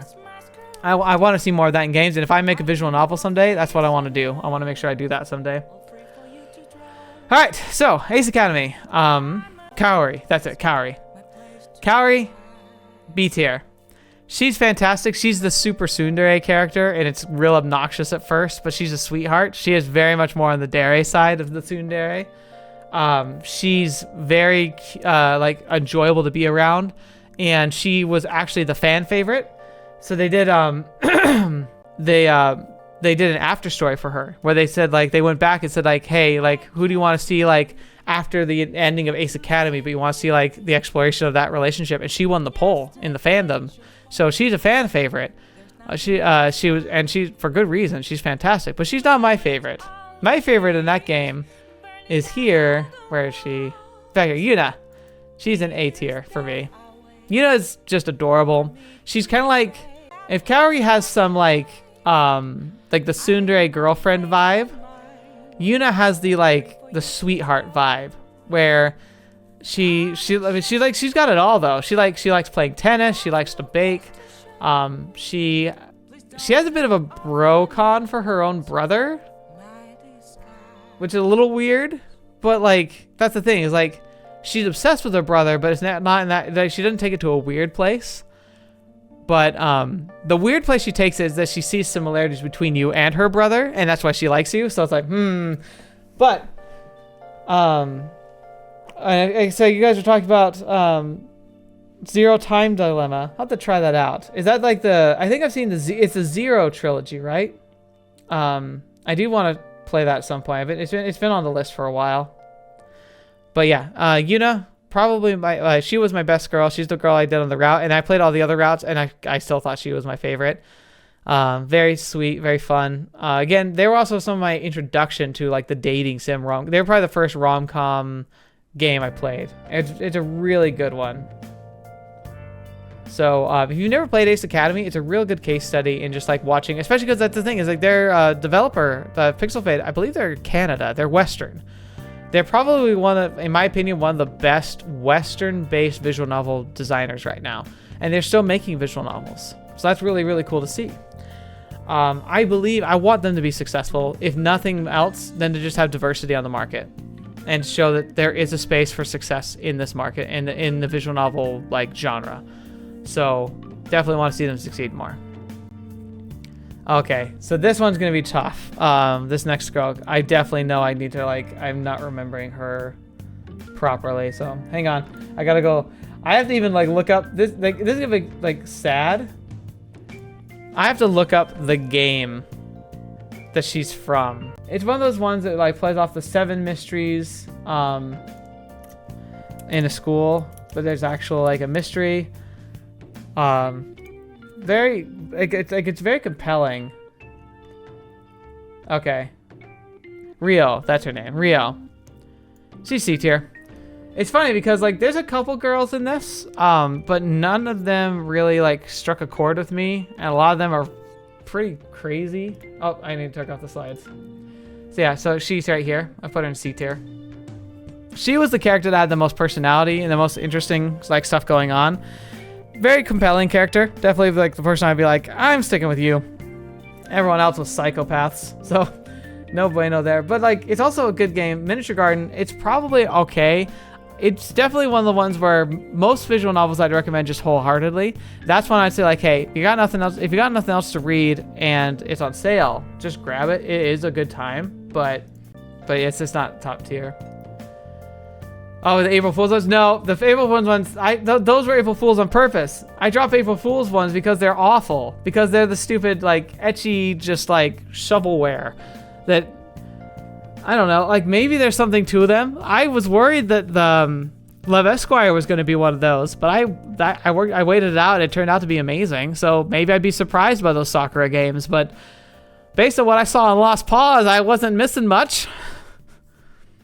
But see, are you saying you had to drop Grisaia Miku after reading the after story? So you're saying that you think, for your opinion, Grisaia kind of falls off? Yeah. I've heard people saying that the later ones, there's some that are good that we definitely need to go to eventually, but that there's some that are kind of meh. Another one of those issues where they kind of they bottled liquid gold when they made their original, and they're trying to recapture that down the line, and it's not gonna work because whoever it was that brought about the magic probably left. Yeah, Fruit of Grisaia is great though. Loved Fruit of Grisaia. We'll get into them. We'll get to them. But yeah, so anyway, I'll put her here. Moving on. So back to Pixel Fade. Okay, we're jumping right back to them. So they had Crystalline. Crystalline was interesting because it only had one romance path. You didn't get to choose. There were romances, but they were exploring this idea that each character was doing their own thing, and your character just got to, your character gets brought into the situation, and so you only have that romanceable one. So there only could be one best girl, really. So I've got her here. So this is more of just where would I put her on this chart? She's here. It is right here, Liana Dawn. So she's supposed to be related in some way to the girl that's in the next Pixel Fade. They're supposed to be they're probably the same family somehow, and they're from the same world. So that's kind of cool to see the interconnectedness. But I put her at B. So she's fine. She's great. She's a very sweet character to be in a romance with. And she's got a lot of personalities. Otherwise, as a friend, she would be fantastic to be around. Almost a little too earnest. She's have Have you ever played a D&D game with someone who like plays a paladin, and they play it super straight laced, and to the point where they can sometimes interfere with like what the rest of the party's trying to do? She would be that person. Where like there's nothing wrong with that per se, but it can get to the point where it's like, come on, like let's like at least talk about this, even if you don't agree with something. Let's have a conversation here. But good character. Gosh, Lin, I think is her name. Jiangshi and Daoshi or Daosh. Jiangshi and Daoshi. Very interesting. Chinese narrative based, fantastic story. A little intense actually. It's one of those games that like has a lot of comedy going on, but then it has like really like horrific things happening as well. And it's like what on earth is happening here? Like you're like people are dying or having their stomachs ripped open, but it's still cracking jokes. Like it's crazy.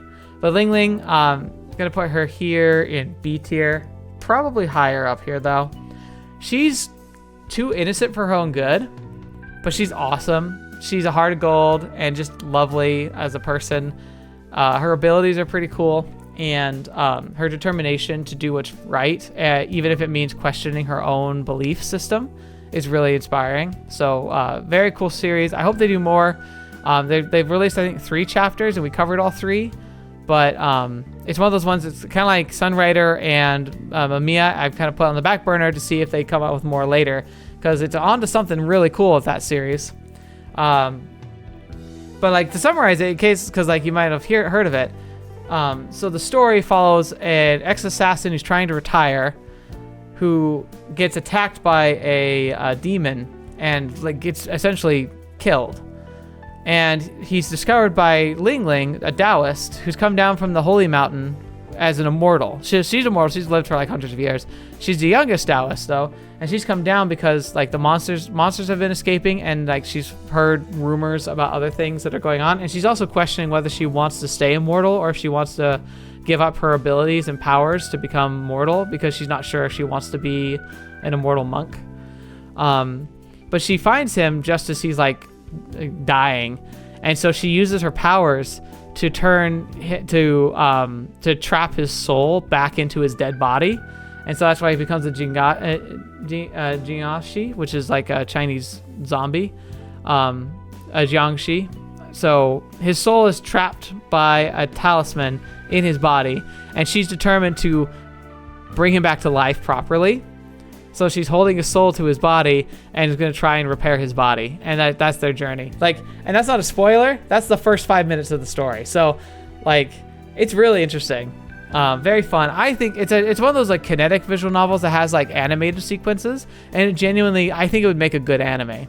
Really, really fun there. Okay. So you're pointing out that the she in Chinese is more of a sh instead of a she, which is what Japanese would be.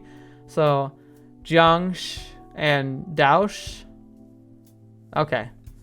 I never was good at that, even when the episodes were coming out. And I think someone told me that back then. It's been a while. All right. But yeah, so Zhang and Daoshi, very solid series. I definitely think it's one of those ones where like it's a good visual novel. I think it'd make a better anime. It'd be a really good anime. All right. So now here's another one. Blast from the Past. One of the first games I played. Let's see. If Ace Academy wasn't my first like dating sim, it was this one. Ever heard of Panzer Mädels? Panzer Mädels is a joke visual novel that came out around the time I was doing my channel, and so I jumped on it and went for it. It's where you date personifications of tanks from World War II. It's as dumb as it sounds, and it just owns it. So M4 Sherman, the Sherman German tank, is the first. She's a C tier. She has no regard for safety, often threatens to get you blown up, and almost does, I think, on multiple occasions. But she's at least fun. Like a character, she's a person whom, if you could go and have a party with a tank, she's the tank you'd want to party with, because she actually goes out and has fun. She cuts classes and a bit of a delinquent, but... Oh, a tofu boyfriend. Okay, yeah, I'll talk about that in a second. So she's fun, and then her counterpart that's from the game is Oh no, sorry, she's Sherman. That's right. Panzer is the blonde, who's down here indeed. Sherman, she's the American. Panzer, she's the German. She's goofy. She's the route I ended up going on the channel. But in real life, she'd be an acquaintance the best. The game is stupid and fun, but those people, they definitely are just like ribbing and making fun of stuff because they make subtle jokes about her being a German from World War II. And then like the next game they came out with was like, I think it was like dating a girl from North Korea. It's like, okay, whatever, dudes. But it was a goofy game, so they make it on this list just because they were on the channel. Now, Hotofu Boyfriend. You bring up Thieves of Hearts. I did technically play that, but I did that in a collaboration with another channel, and we had a lot of fun. But that's not like, because it was a collaborative effort, and I think it was on their channel primarily. You'd have to go to theirs. That it was the channel changed its name since then. I think it's still up there though. But it was called JoJo Has Fun, but now I think it's called Mom Hat Studios. But they're a fun channel, very comedic based. But we just ended up connecting and we did a few live streams together. That was pretty fun. Man, I haven't tried to do collabs in ages. I kind of got burned out on them, honestly. Oftentimes it was hit or miss. And it feels kind of fake because like you talk to each other like you're friends, even though you're getting to know each other, but then like you don't necessarily actually click and become friends, and so then you just stop talking to each other, and then it's like weird. So I'm kind of like, I've kind of cooled off on trying to do collabs. I'd be open to them, but now my schedule's so wacky, I don't think I could do them really. Well, actually no, now that I think about it, as long as they could be up really late, or they were on the other side of the world, maybe that would be more doable now that I'm doing my wonky schedule. But still, push comes to shove. I just haven't been super like gung-ho about getting collabs going at all because, I don't know, don't really need to. I'm pretty happy with where things are right now, and it's honestly, visual novels are hard to do collabs on. The best I could imagine would be like doing a collab with someone who could do better girl voices, so that we could do like we could or could ham it up and just be really cheesy with the voice work and just like make it a more fun experience that way. I can always imagine someday getting to like a Game Grumps collaborative level where we're playing a game together like with somebody else and we can like banter back and forth. But I'm also just like, I'm not funny. I wish I were more funny, but I'm too serious. I take things too seriously, and so it's hard for me to be, like, funny. But yeah, we did Hotofu Boyfriend. God, I haven't thought about that game in a while. We had a blast with it, though. And if we did a best boys list, I'd probably do a Hotofu Boyfriend on that. Yep, it's interesting. I forgot, like, we do have, I forgot a Steins Gate girl. I had two of them, but I forgot there's technically a Steins Gate 0 girl coming up. So yeah, we're getting there. But first we have this one, which is, this was an interesting one. What was it? It was... It's another of those smaller ones that I picked up, got recommended, and tried to do, and enjoyed. But like, I found out at the end of it, there was like part one of like, expected like 4 or 5 parts. And I haven't seen that, I haven't heard about other ones coming out yet. So like, who knows if that's going to happen? Oh, come on. Where are you? I had you here a second ago. Oh yeah, Forgotten Trace. Forgotten Trace, the Thanos. That's an interesting one. So, Forgotten Trace. Shush, CR. We'll get to that in a second. Forgotten Trace is a really cool concept. It's this, like, I don't even know what the whole concept is. It's super mysterious. But it had this idea of, like, souls that made a pact with, like, this eternal being. I'm guessing she's, like, a fae. Like a spirit of the forest. Who wanted to know what it was like being human. And they, like, helped her. But then, like, she died somehow. And from a traitor. And then it's the story about, like, reconnecting. Because apparently you and other people are kind of, like, in this reincarnation loop. Where you're being reborn. But part of your soul is still attached to what happened in that, with that forest. Like fae or spren. And, like, you're trying to suss it out. But there's like weird mysteries going on, like mysterious deaths that are happening, and like people who are showing up and doing odd things. Really interesting story. Madoka is the first girl who's here. she was genuinely B tier. Fantastic. Her story was super sad, but I really liked how it played out and what happened with it. Revealed a lot of like really interesting story beats.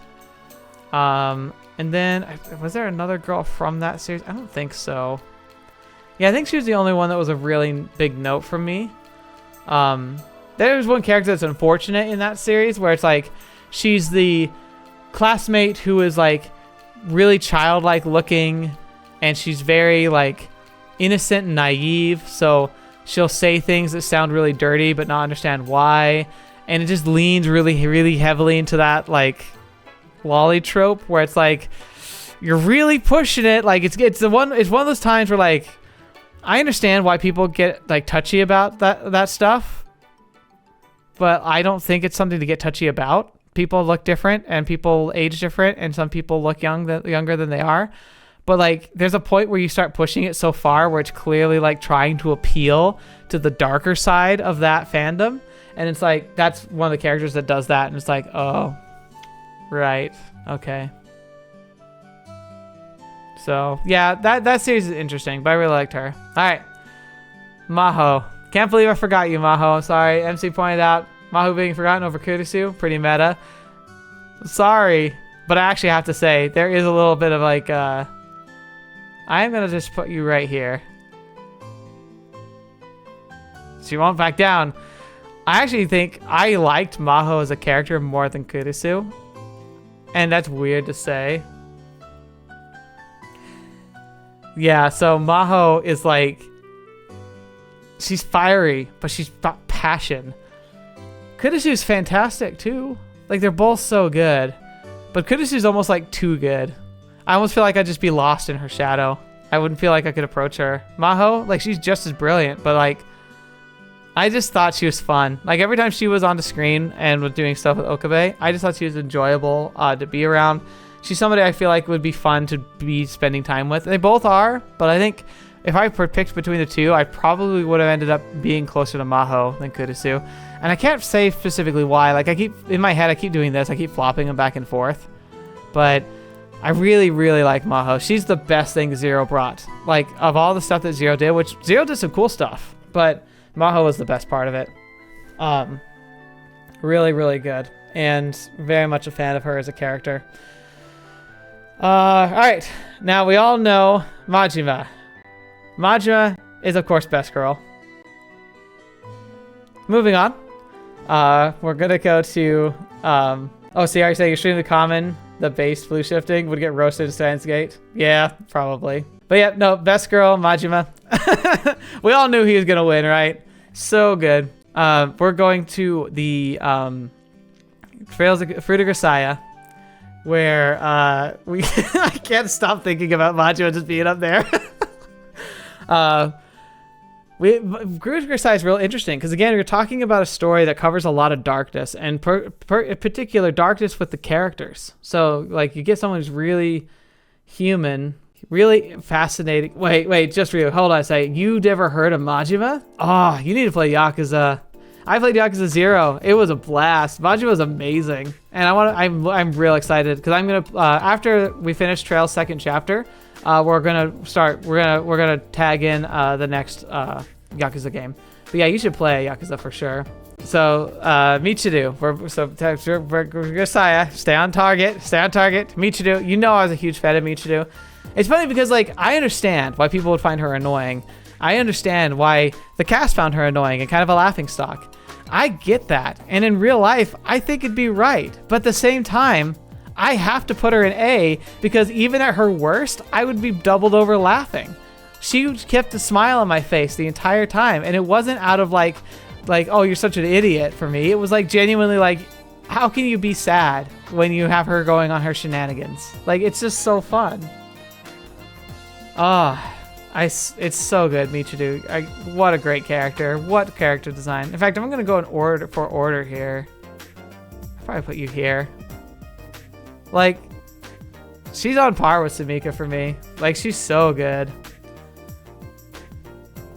Okay, so see how you're saying in future the way she's handled is not great. Like, the thing is, the way she's handled in Grisaia is not great.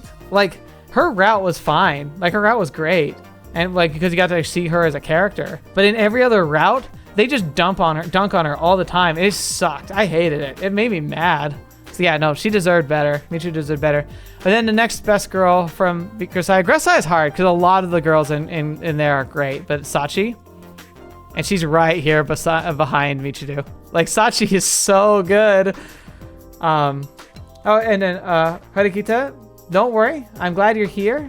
Being late's fine. I mean, this is going late.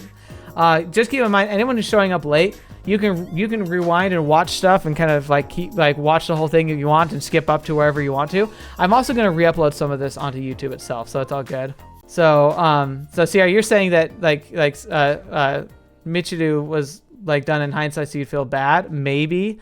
So maybe I was a bit spoiled by doing her route first, but yeah, no, I still thought it was great. Sachi, Sumika, like they're very similar and I love them both. Like Sachi is just like earnest to the fault, but like you just want to be her friend and you also just want to spend time with her. And she was very sweet. I still think out of the characters, I think she was the best match for Yuji. Just my own opinion on that, but I also just think as in general, she's a fantastic character. Really, really well done and really well crafted. I just realized I forgot a Persona 5 character. Gosh darn it. All right. We'll get to her later. Anyway. So this is we're getting a stacked A column. I knew that was going to happen. This is a list of best girls, so it's going to be tough. So now we're at Riddle Joker. This is a fun one too because they had passionate fans, but it also wasn't the most successful series. So Riddle Joker was a really interesting experience. I really enjoyed because it kind of like it kept circumventing my expectations. I thought I understood what was going on. I thought I knew what kind of game it was trying to be, and then was completely thrown for loops. I thought the romances that were explored were fun, but it's one of those games, and Grisaia did this too. It was a complaint I had with Grisaia. Riddle Joker did it, but even to a greater degree, where it was like, it had romance, and I feel like the romances are really good and important for developing characters and growth. But I feel like there's a point where they go to like, okay, now we're gonna have an H scene. We're gonna have like a sex scene, and it's like, now we gotta go turn it up to 11 and go from like these characters having a relationship and just quickly turn it to a porn for a little bit and then flip it back afterwards. And that's like, for me, I'm not a huge fan of that because it takes it from a level of like earnestness into a level of just trying to be like satisfactory for like the fans. And it's like, for me, that just ruins it. Like, not ruins it per se, but like I feel like it becomes distracting and it becomes like, it's the same problem I have with other tropes. Like, you gotta have your tsundere character. Like, no, tsunderes can be great characters, but if that's like if the character is just the tsundere, that's stupid. Like, it's so dismissive of what makes good characters. Is that they're characters, they're people. They're depictions of people, even in a world that's drawn. And so my biggest gripe against the game Riddle Joker was that kind of switch for the H scenes, but most of it was fine leading up to it. Sorry, I'm joking up here.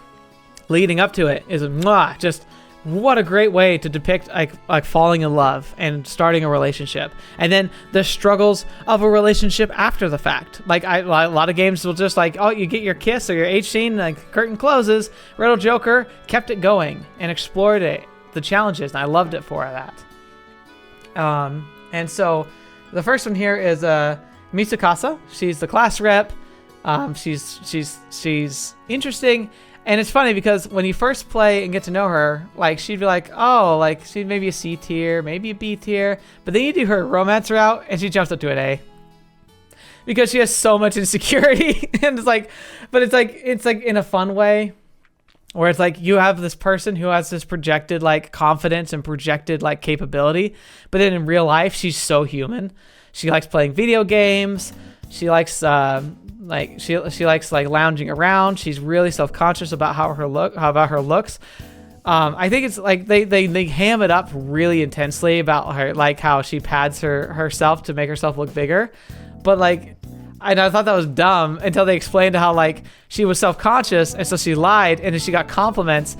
But then it became part of her identity And so she couldn't really stop because like she was like, oh man, they're gonna call me a liar if I'd stop. And then it just kept building and building into this fiasco where now she's just like, she feels like she's just up against a wall and her whole life's now gonna revolve around this. I thought that was hilarious. But then everything else about her, I thought she was really well done. Very well written and taking care of things. Oh, interesting. You mentioned associate. You say skip them too, even though I never disable them. If sections are written to the story, it's better to leave it as is. Fate's Day Night suffered because they replaced them with lore-breaking scenes.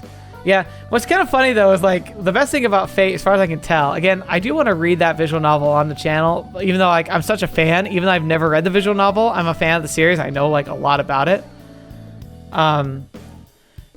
But for Fate, the funny thing is that they try and explain in the lore why they have like the H sex scenes in that. And like that it has like a reason in the lore. I think that's kind of hilarious. Because like it becomes harder to argue with, like if you're trying to be like lore friendly. And I think it's a funny curveball to throw in there. Anyway, so I put Mitsukasa up here in A. She's really good. And then her counterpart is Ava. Is it Ava? Oh, did I put Nanami in this list? Yes, I did. So, Nanami. Okay. This is special case tier, okay? Nanami is absolutely A tier and probably better. And in fact, she's probably up here. But I did find the fact that even though she's an adoptive sister, she's a sister. That made it weird. Okay, Nanami as a character, one of the best in Riddle Joker, by far. And if you just blank that she's technically your sister by adoption, she's definitely the top path in that game. Her character is fantastic. The trouble, like her struggles that she goes through are wonderful. Her voice acting is phenomenal. Phenomenal. Probably one of the best voice acting I've seen in any visual novel. Like one of my favorites. Yeah, adopted A tier. She's definitely up here. But here's the thing, like that's the thing, the caveat is like if she were an adoptive sister and you were trying to justify her being anything other than like a best friend, immediately she's down here at D. Because like, no. There's no way I could, like, that's a hurdle I feel personally would really struggle with in my personal life. But as a character, she's up here. Definitely fantastic, absolutely fantastic top tier character for the game. But she has that kind of caveat there. So I did include a third best girl for this because of that caveat. And that's not Mayu. Mayu was fun. Hazuki, that's it, Hazuki. Like here? Hazuki for me is interesting. Because she was a bit of a B tier. I really like her. Character design wise, she's fantastic. And I really like her obsession with like old school like samurai and stuff. But she kind of took it too far and became like, she kind of dips into this D tier setting where it's like, it'd almost be a bit tedious being around her. She just kind of tops it with like everything else. Like it kind of overcomes it in a lot of ways. But it's one of those rare times, well not super rare, but it's one of those times where she was one of the least favorite routes that I played on the game, and she was the one I covered on the channel. I don't know if I did a second round on the channel, and I don't think so, because there were not very many. But yeah, she had other routes that, like, there's like 2 other routes that were like on par with hers, and I just think that the Nanami and ISA was just, like, they just beat her out. It's just the way it was. Pretty solid game though. Doki Doki Literature Club. Now, man, it's been a while. And I got a lot of accusations there too because this was super mainstreaming. I was really excited that a visual novel was going so mainstream, so I played the game. But unfortunately, because it was going mainstream, I knew there was weirdness about the game. So I didn't, like, I wasn't too surprised when things went south. I was surprised by how it went south and how fun it was. But it's definitely in here because it was mainstreamed. Monica, A tier.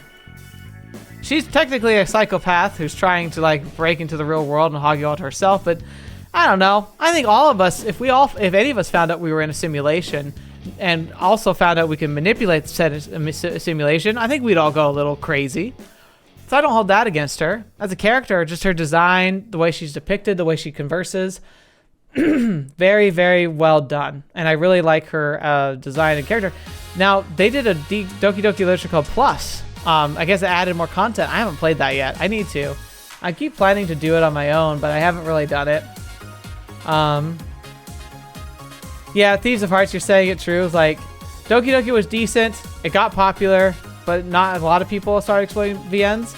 You're right. It's definitely not, like, it wasn't, I think it launched some people. Not everybody, but some. But what I think it did is it kind of awakened the consciousness of the public to the existence of visual novels. So I'm hoping visual novels will eventually go through something like anime's done. Because anime had a few breakout hits. Because it used to be very, like, it's super niche. Just like visual novels. Not as niche, but really niche. And then they had, I think Full Metal Alchemist started gaining traction and started being shared with, like, general people, like, more often. And then Attack on Titan really, like, I feel like was the big launch point. Because that's when streaming services started going big, and I think Attack on Titan was one of the first anime that went to, like, Netflix. And it kind of awoke a lot of people to the genre. And I don't think everyone who watched Attack on Titan started watching a bunch of other anime, but they know anime exists. And now look at animes now, it went from, like, a topic that, like, people would mock you for bringing up. If you were like, we're talking to a friend or went to school and talked about anime, you get beat up. But now it's like everyone, like, if you go to most people you watch anime, people are like, oh, interesting. Like, it's not even a big thing. So Doki Doki, let's go. See, I'm gonna get to your question in just a second. Monica, A tier, and then oh shoot, it's not. I keep wanting to say Tama for the other Doki character, but it's not Tama. It's Natsuki. That's it, Natsuki. I put Natsuki here at B tier. I think of the girls that aren't Monica, Natsuki was the most, like, wholesome and the most interesting and, like, the person I could see myself, like, being, like, closest friends with. Yuri's intense and a little insane. Sayuri's a little too bubbly. It would be hard for me to connect with her, even though she definitely deserves a friend, and I wouldn't have a problem with her. Sayuri would be probably in this, like, C, D tier for me. But Natsuki, she was just interesting to be around, and I liked when you broke down her shell a little bit. It didn't take too much to kind of understand, like, the person she was and the challenges she faced. All right, we're getting towards the end. So the next ones are it's the Princess, the Stray Cat, and Matters of the Heart, which is a mouthful. Patricia, well, I'll do her first because she's like a dateable route. Of the dateable routes, hers was my favorite. She was B tier as well. Patricia, just a sweet character. She's princess of the underworld. Again, she's princesses and queens. They're just all here. They're all B tier characters. Patricia was really fun to watch her grow because she starts to learn about the human world being a demon. And as she does, like, she develops such a cool personality and a really, like, dynamic worldview. It was well written and very enjoyable. And then Nobu, A tier. She's a side character. I guess you can have her as a dateable character in the sequel, so we might want to play that at some point. But she was always my favorite character in that game. And so I'm really excited to eventually have the opportunity to have her as a dateable character, just because I'd love to know more about her backstory and more about who she is. But she was always fun, and I just love her design as well. Oh, true. S tiers are princesses. That's fair. Oh, that's a real. Oh, fetch. That's super fair. Oh no. Yeah. That's like the low, like the most, in my eyes, that's the least significant part of their personalities. Is the S tiers are all princesses in some form or another. Ugh, I hadn't thought about that. Hey, sorry, so I kind of almost forgot. So you and me and her? No, I have not read that. Like I said, except for very special occasions now, for stuff that, like, I just don't think would do well, or just for whatever reason just can't be on the channel. every visual novel I've read has been on the channel. So if it's in my playlist, I've read it. If it's not, I really haven't. The only exception I think I can, off the top of my head, is the Sunrider Academy game. Again, it's a branch off of the Sunrider games, and I played it on my own because it had nothing to do with the core game, and I thought it was going to be really simple. It probably would have been fun to play on the channel, but as a management game, it would have been really slow, and kind of like it wouldn't have. I don't think it would have made good content. But other than that, most visual novels I play, it's like just what I played on the channel. Okay, now getting towards the end of this tier list, and then the ultimate like fight for who joins Majima as best girl. Because we are gonna have like a finalist ascend up to the top, I think. So here we go. Oh, so if I like Doki Doki Literature Club, I should play Toto now. Okay, I'll put that on the list. If you could put that, if you go over to Discord and I have a section for recommendations, make sure to put it there, because I'm likely to forget it because I'm focusing on so many things right now. I don't want to forget that. So if you put it there, that at least gives it puts it in the archive, and that helps me make sure I don't lose track of it. All right, so Seabed. This is an interesting one because again, there's a few others like this, like Budapest from Palinurus. Like, just because they're on this tier list doesn't mean this is characters I would date. And I know for sure there's other characters too on here, but Sachiko and Takako, not only are they perfect for each other and they shouldn't be with anybody else romantically, they're also like don't swing that way. That's fine. I'm talking about best girls, and you can absolutely be best girl and not be like someone I would want to date. That's silly. How much friends do I want to be with you? Sachiko, B tier. Sachiko is fantastic. She's a little too much like me in the sense that she's super serious though, and I feel like we would just kind of turn into these like glum little mushrooms if we were only had each other. We each need a Takako in our life. We need the person who can be there and be vibrant and kind of help push us a little bit to explore more of our own selves and interests. But Takako, for that reason, she's A tier. Takako is fantastic. Like, she's absolutely stupid. Like, she and Michiru have a lot in common, actually, now that I think about it. They are... I'll get to that in a second, just for you. But, like if you like Michiru as a character, I think you'd like Takako as a character. And it's fun that they both have the twin tails. I wonder if that's, like, purposeful. Because, yeah, I'm looking at the girls on this list with twin tails. You here, and yeah. There's a lot of interesting characteristics that people with characters with twin tails share. I wonder why that is. But Takako is really fun. She doesn't get brought down by a lot. She's always kind of like silver lining, moving on to the next thing. A little too much sometimes, but she'd be really fun to be around and spend time with. And then forgotten to the end, kind of like in Persona 5, because she was saved for Royal. But then when she became part of Royal, she immediately became the spotlight. And that is, oh gosh. Her last name's Yoshizawa, and that's all, so I'll stay with that. Yoshizawa, A tier. Fantastic done character. Her story is wonderful, well explored. It's funny too because, like I said when I was talking about it, Makoto felt like she was pushed to be like the canon girl for the character of Persona 5. If you go to Persona 5 Royal, then I think she's the canon girl for the main character because of how hard they push her, the uniqueness of her story, and like in the end, just like the type of relationship they have. I feel like it really just matches up with them being like more of a thing. Super, super fun to explore as a character. Now, just for you point out here, if Majima can be best girl, Joshua could be too. And that's a fair point. I don't think he actually ascend to best girl though. If I had Joshua on this list, I think I'd put Joshua in A tier. Maybe B tier. Probably A tier though. I like Joshua a lot, but I just don't see myself as easily being friends with Joshua. It's funny because I understand Joshua and Joshua's amazing, but I just don't know if we'd vibe. I feel like I'd vibe with Estelle rather than Joshua. But yep. So here's the tier list. I am going to say, Jothika, hello, thank you, and perfect. Yeah, Joshua is a princess, so either S or B tier. So yeah, Joshua's probably B tier princess. But thank you so much for seeing the end of the tier list. Don't go away quite yet because I'm not done with the fun that's involved like this, but we are going to kind of like get a final summary here.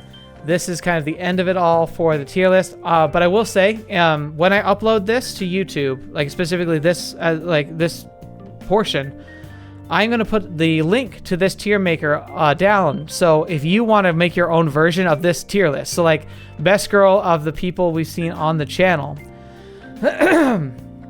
and you want to like send a screenshot of your list and post it on the Discord, I'd love to do that. So I'll probably post a link to this tier list on Discord, and I'll post it in the video. So if you want to check it out, put it on the list, go like do it, take a screenshot and post it. I'd love to see it. You can, defend it all you want, but that's good. Thieves of Heart, you'll put the gasoline lighters away, fair. And again, you got to remember that with the exception of maybe the D tier, everyone on this list is best girl. Everyone on this list absolutely deserves best girl. They were best girls at their games. They're just C4 is enough. Shush. But they're all technically best girls. They all are fantastic characters. And even the ones in D list, I think are good characters. They just might not be ones I would vibe with very well, but they're excellently done. There's no one on this list who doesn't deserve to be on an A or S rank in any other list of just characters. So, yeah, it's gonna be really fun to just. It'll be fun to see like what you think of all this. But if I have to give a crown, and push comes to shove, and of the 3 S tiers, if I had to pick one to be like the best girl up here with Majima, it's really tough, but it really probably still goes to Maya. I think that changes based on the day. It depends on what's going on. And I think if we see Chloe in future games, she might be able to take the crown. She's genuinely fantastic. But Maya just has everything. She's been around on the channel for a long time, so you could even say it's a brain virus at this point. I don't care. Maya, yeah, I'm shocked. He said not shocked. Yeah, I know, right? And Yui, like the competition for Yui is really strong because Yui's great, but like we just don't get to see as much of Maya. And I have to say, how can you live through the trauma that is the end of Muv-Luv Alternative and the finale of it and not think that Maya is god tier as far as a person and character, and that she doesn't deserve the best of everything? Yeah, screenshot. No, it's fine. Yeah, you should. I mean, this. I'm gonna be uploading this to YouTube. Like that's about as screenshot as it gets. All right. So it is what it is. We are donezo for this tier list. I'm gonna leave this up for a bit. I'm gonna go take a quick break. I need to get more water. I also have a snack I need to go grab, but I'm gonna be right back like in like 2 minutes. It's just, I've been doing this now for 2 hours and 40 minutes, but I'll give you a brief snapshot of what we're doing next. You shouldn't go away yet because we're doing a Hunger Games with with several characters from this tier list. So I don't want you to go away yet. But we'll be back in just a second. I just need to get more water before I die.